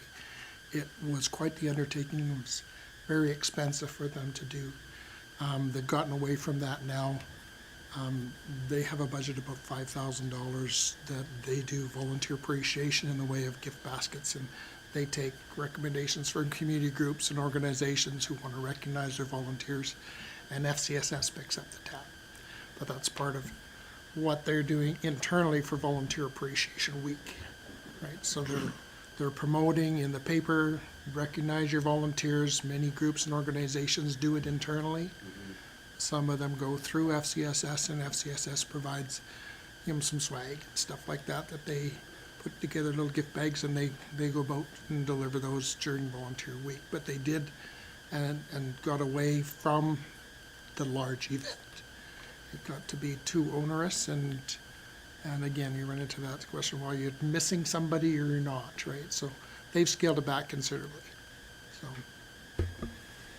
Councillor Musgrave. I just want to thank Mr. Ament for those comments. I didn't know that we had a history with this, so and experience with it. So thank you for sharing that. Any other questions? Councillor Shipple. I'm on the opposite side of the fence as my counselor across the table is. I think we just pay the honorarium, and I think when you do these events, appreciation events, often you miss people, or you're expecting them to come to another event, and often it's a push already again just to sit on a board as a committee member. So I think I'd be more in favor of us just doing the honorarium as a thank you for them sitting on that board. And yes, I agree, it's maybe not a volunteer board. The name can be changed, but I think we need to acknowledge people who sit on there. It's difficult to get people anymore. I know it came up at a couple of the different committees I sit on, and people are hoping that it would continue to be that they would get paid for what they do. So, and when I said, well, how about an appreciation meal, and it was really not a positive feeling for that. It was more like, no, we appreciate it. It's not much, but it's still something. We're still acknowledged for what we do. So I would be more in favor of doing a financial remuneration plan than I would a barbecue or some community function for that. Councillor Kalim. I've used the time the past couple weeks with this conversation going on to speak to some of the people that I know that do truly volunteer, give of themselves daily without any expectation of remuneration. Most of the conversation, most of those people that are doing those kinds of volunteerism, their lives become so busy, the idea of going to a dinner or a barbecue is just one more thing for them to go to. It becomes, they don't go because they're already busy coaching your hockey kids, working with Girl Guides, name your group. I don't disagree. I don't, with Ken, I don't do the things that I do for any remuneration. I suppose that it, $60 is nice if you need it to go for dinner. I don't think this is an easy subject matter to really get a grasp on, because you're dealing with so many people that have different kinds of expectations or needs. What I take away from my volunteering space is different than perhaps what my fellow colleagues would. Could it be as simple as doing, if you were gonna do a barbecue, do you just do it one night at Market on Main and not say it's a volunteer barbecue, but a barbecue in the name of volunteers? Is that another option? Councillor Bonavas. Okay, now from when I pushed my button, it's changed a bit, but I agree with Councillor Chappelle that that $60 or whatever their remuneration is sometimes just their nice little sneaky hidey money that they get to spend however they want, and they really appreciate that. And it's kind of nice to have that, but I really like Councillor Kazelman's idea of having in the name of volunteerism, and it might just make people more aware of it. So we could put like even a full thing of everything you could volunteer at, and maybe it might encourage people to volunteer. Thank you. Councillor Musker. Thank you. I have a couple of questions. Would this remuneration be for all council-appointed members at large? So policing committee, library, everybody, so nobody gets missed? Okay, good, thank you. I guess that's the only question I had. Okay. I can see the benefits to having a barbecue for volunteers. As long as all of us councillors volunteer to do it, so that we don't put pressure on our admin staff to try to put this together and be there flipping burgers. I think paying a small remuneration to or honorarium to someone volunteering on a committee, that can go a lot further than just one meal.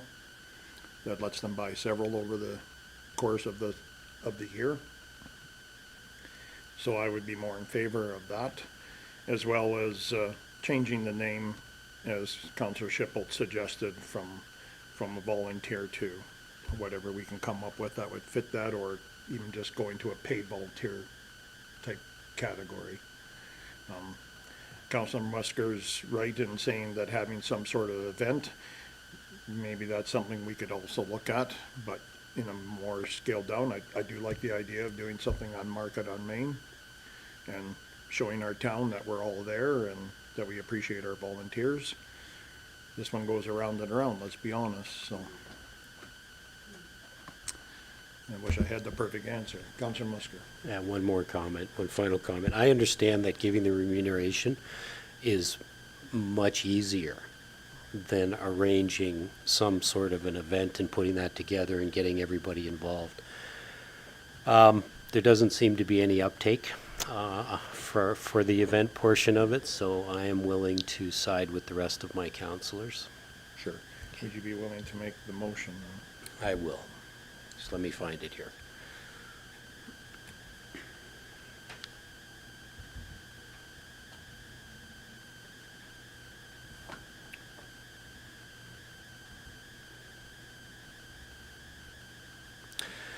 Be it resolved, the council approve board and committee public member remuneration policy 001/2026. Do you want to vote on the one first or both together? Yeah, one first. That one first? Okay. Any further discussion to the motion on the table? Seeing none, I will call that to a vote. All in favor? And that is carried. Thank you. Councillor Schipholt. Okay, I'll do a second motion here and let it be resolved the council increase the board honorarium from $1,500 to $6,300 with funds coming from the unrestricted reserves. Thank you. Is there any further discussion? Seeing none, I will call that to vote. All in favor? And that is carried. Thank you.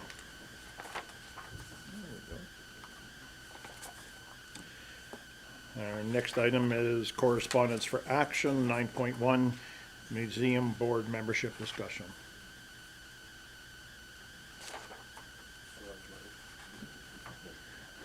Yeah. Councillor Sinclair. Thank you, Mayor. Yeah, so this is basically, I need to request the step down from my council-appointed responsibilities to the museum board, as I may be having a possible employment application going in for this, and in order for that, it could create conflict, I think, for me. So I'd like to ask Councillor Musker if he would take back the assignment for the museum, council-appointed museum position. Okay. Councillor Musker? Thank you, Mayor. I would be happy to take that position if council agrees. Okay. Is there any discussion? Then seeing none, I will call to, need a motion. Go ahead. So I'll make there wasn't a resolution in the pack, was there? So the resolution would be that Councillor Sinclair be replaced by Councillor Musker on the museum board to take his place for, Thank you. as of ASAP. Okay, thank you. Any discussion? Seeing none, all in favor? And that is carried. Thank you very much.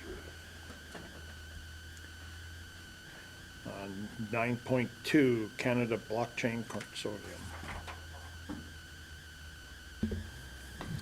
Thank you, Mayor. So, council previously talked about attending the Canadian Blockchain Consortium in Calgary on July 6th and 10th.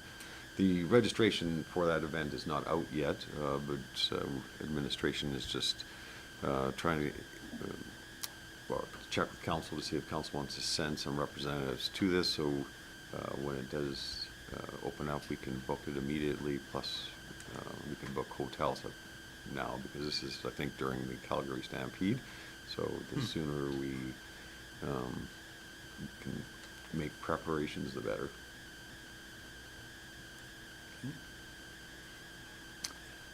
Councillor Shipple? Thank you, Mayor Boniface. So this event, we had talked about it previously, and that was to, it was economic development driven, where different groups come and they meet at the provincial, I'm not sure what that building is, provincial something building, where we met with Minister Nixon. So I'm thinking it's probably advantageous for somebody to attend. I'm going to suggest that maybe Mayor Boniface, maybe Councillor Boniface attend that, just to see what it's about and see if we can get any traction with anything happening within our area. We don't know who's going to be there. Heard it's a good thing to attend, so let's test the water. Councillor Musker? Thank you. So the name of the convention or the group kind of threw me off. I thought, what blockchain? What, is this about data center stuff? That's how it came about. Okay, all right. The CAOs of data centers were attending this event last year. Okay, then it makes sense, because this is something we want to try to attract to our town and our area for sure. So, yeah, I agree with Councillor Chappelle. Do we all need to go? I don't think so, but certainly representatives from council. So I would make the motion then that we send out a invitation to any councillors who wish to attend, and we'll go from there. I'm not interested in attending. Possibly you would be from our growth committee. So I'll just leave it out there for everybody. So we send an invitation out, and then that will address who's going and the need for rooms and whatever else. So that'll be my motion. I make that as a motion. Okay. So the motion's on the table. Is there any further discussion? Seeing none, all in favor of the motion? And that is carried. Thank you.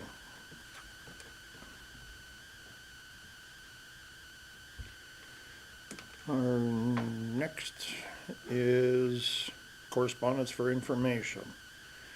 Is there any discussion dealing with the correspondence for information? Councillor Musker? Thank you, Mayor. I move that we accept item 10.1 for information. Thank you. Any further discussion? Seeing none. All in favor? That is carried. Thank you.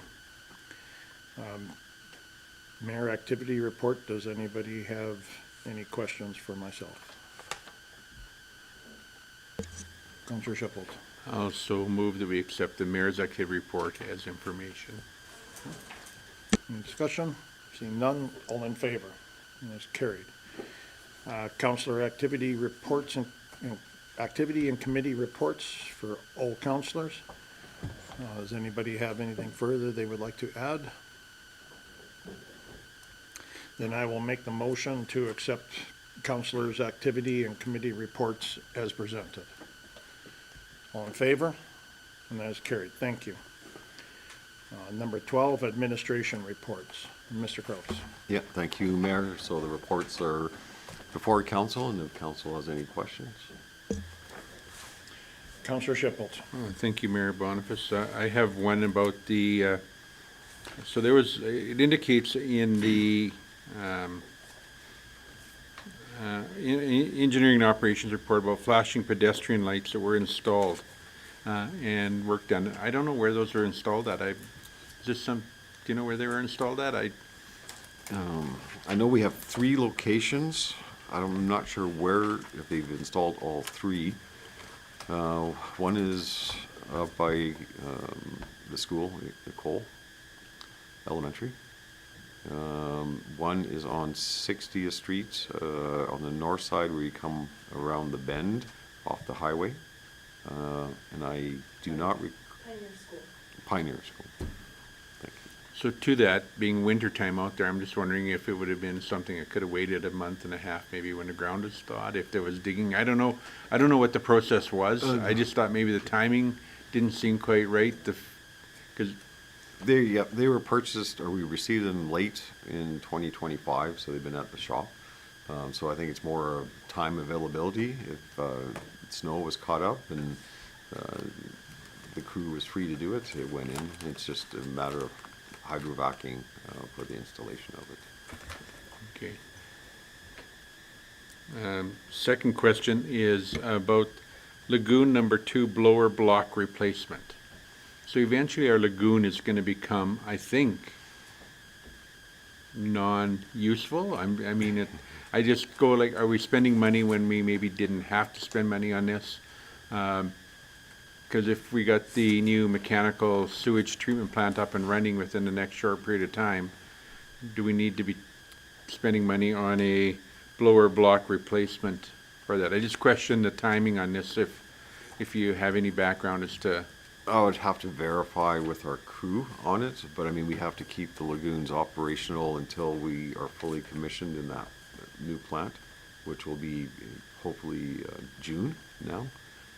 So if the area wasn't working, they would have to get it working, but I can verify that. Okay, and then my last question, thank you, Mayor Boniface, is about the Quonset replacement at Public Works.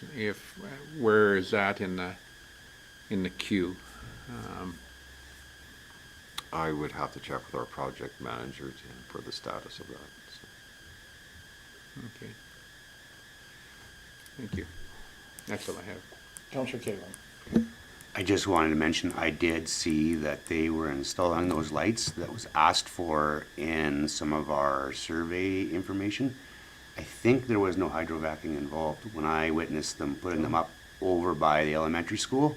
It was simply drill into the cement and an expansion bolt used to install those signage.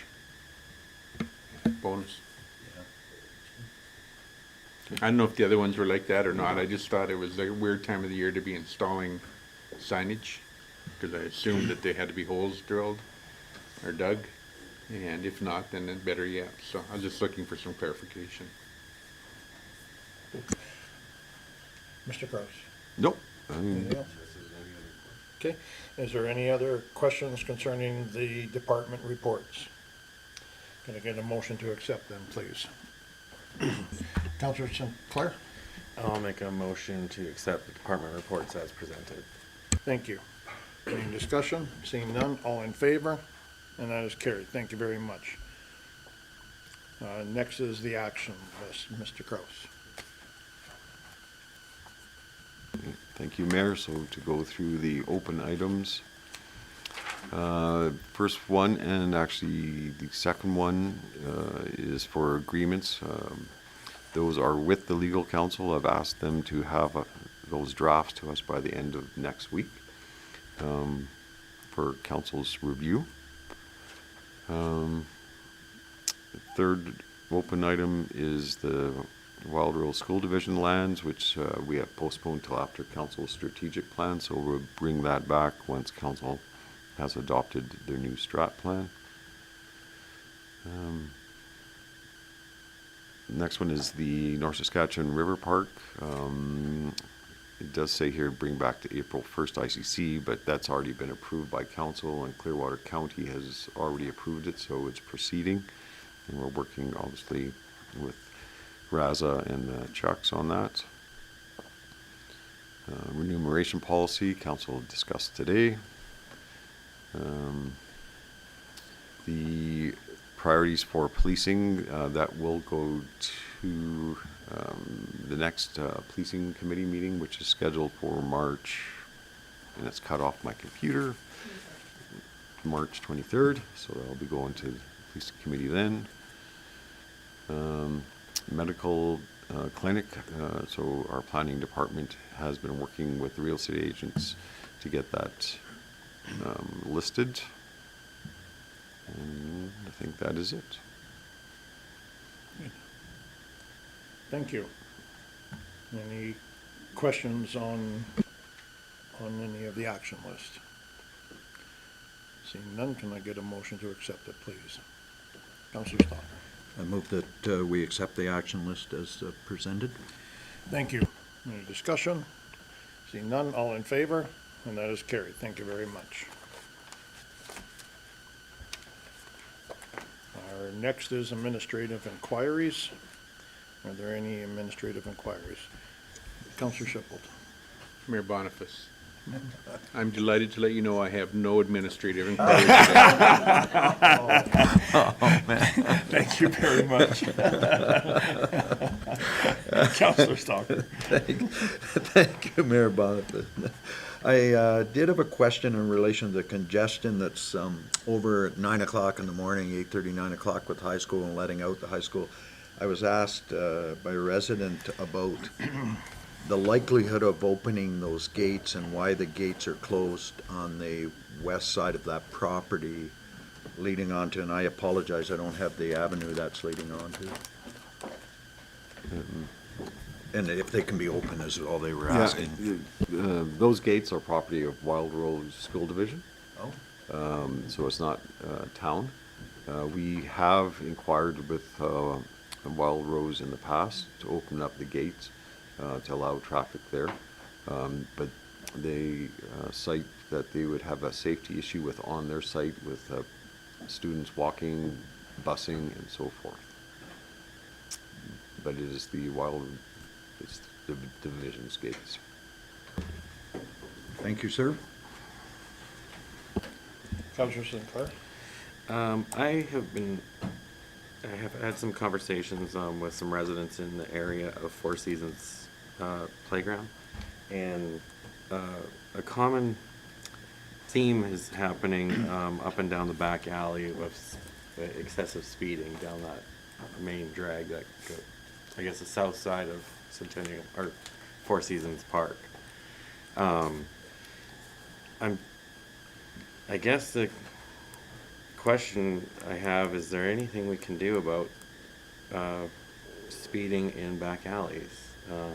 Is there posted limits, speed bumps maybe we could put in? Because the resident said if we can't take care of it, he's going to try to take care of it himself. And I'm just like, please don't do that. Let us have an opportunity to resolve the issue. And I do know that there are some back alleys that have had islands built into them to slow things down, or even gates put in for local traffic to maneuver themselves if they need passing. But just looking into that. Okay, I will consult with our engineering department on that lane, and I can respond back to council. Thank you. Is there any more administrative inquiries? Seeing none. You don't require a motion, do you? No. Any notices of motion? No. So next, we're ready to go into closed session. Before we go into closed session, I will call a 15-minute break, and then we will come back and go into closed session.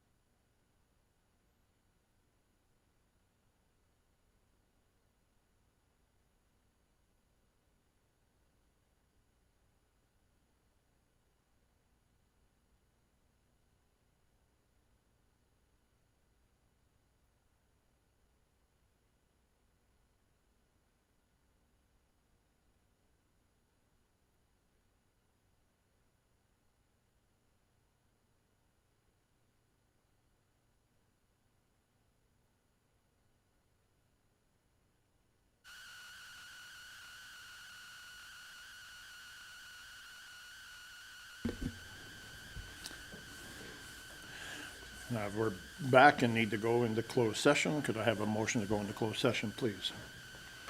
Councillor Boniface? I move that we go into closed session. Thank you. All in favor? That is carried. Thank you very much.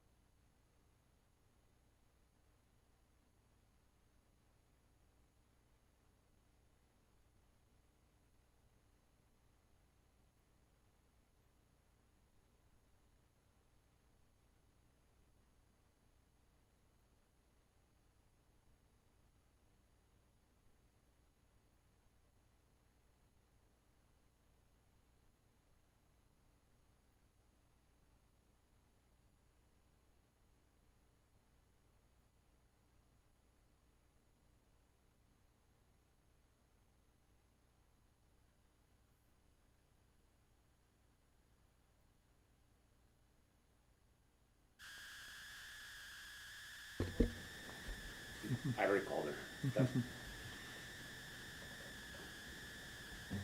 We're live again. Thank you very much. We're back out of closed session. We do have a few motions to make from that. First one? I'd like to make a motion to accept CAO review for information. Thank you. Any discussion? Seeing none, all in favor? That is carried. Next. Counselor?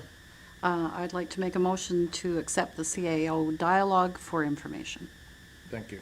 Any discussion? Seeing none, all in favor? And that brings our meeting to a close today. Thank you very much for joining us.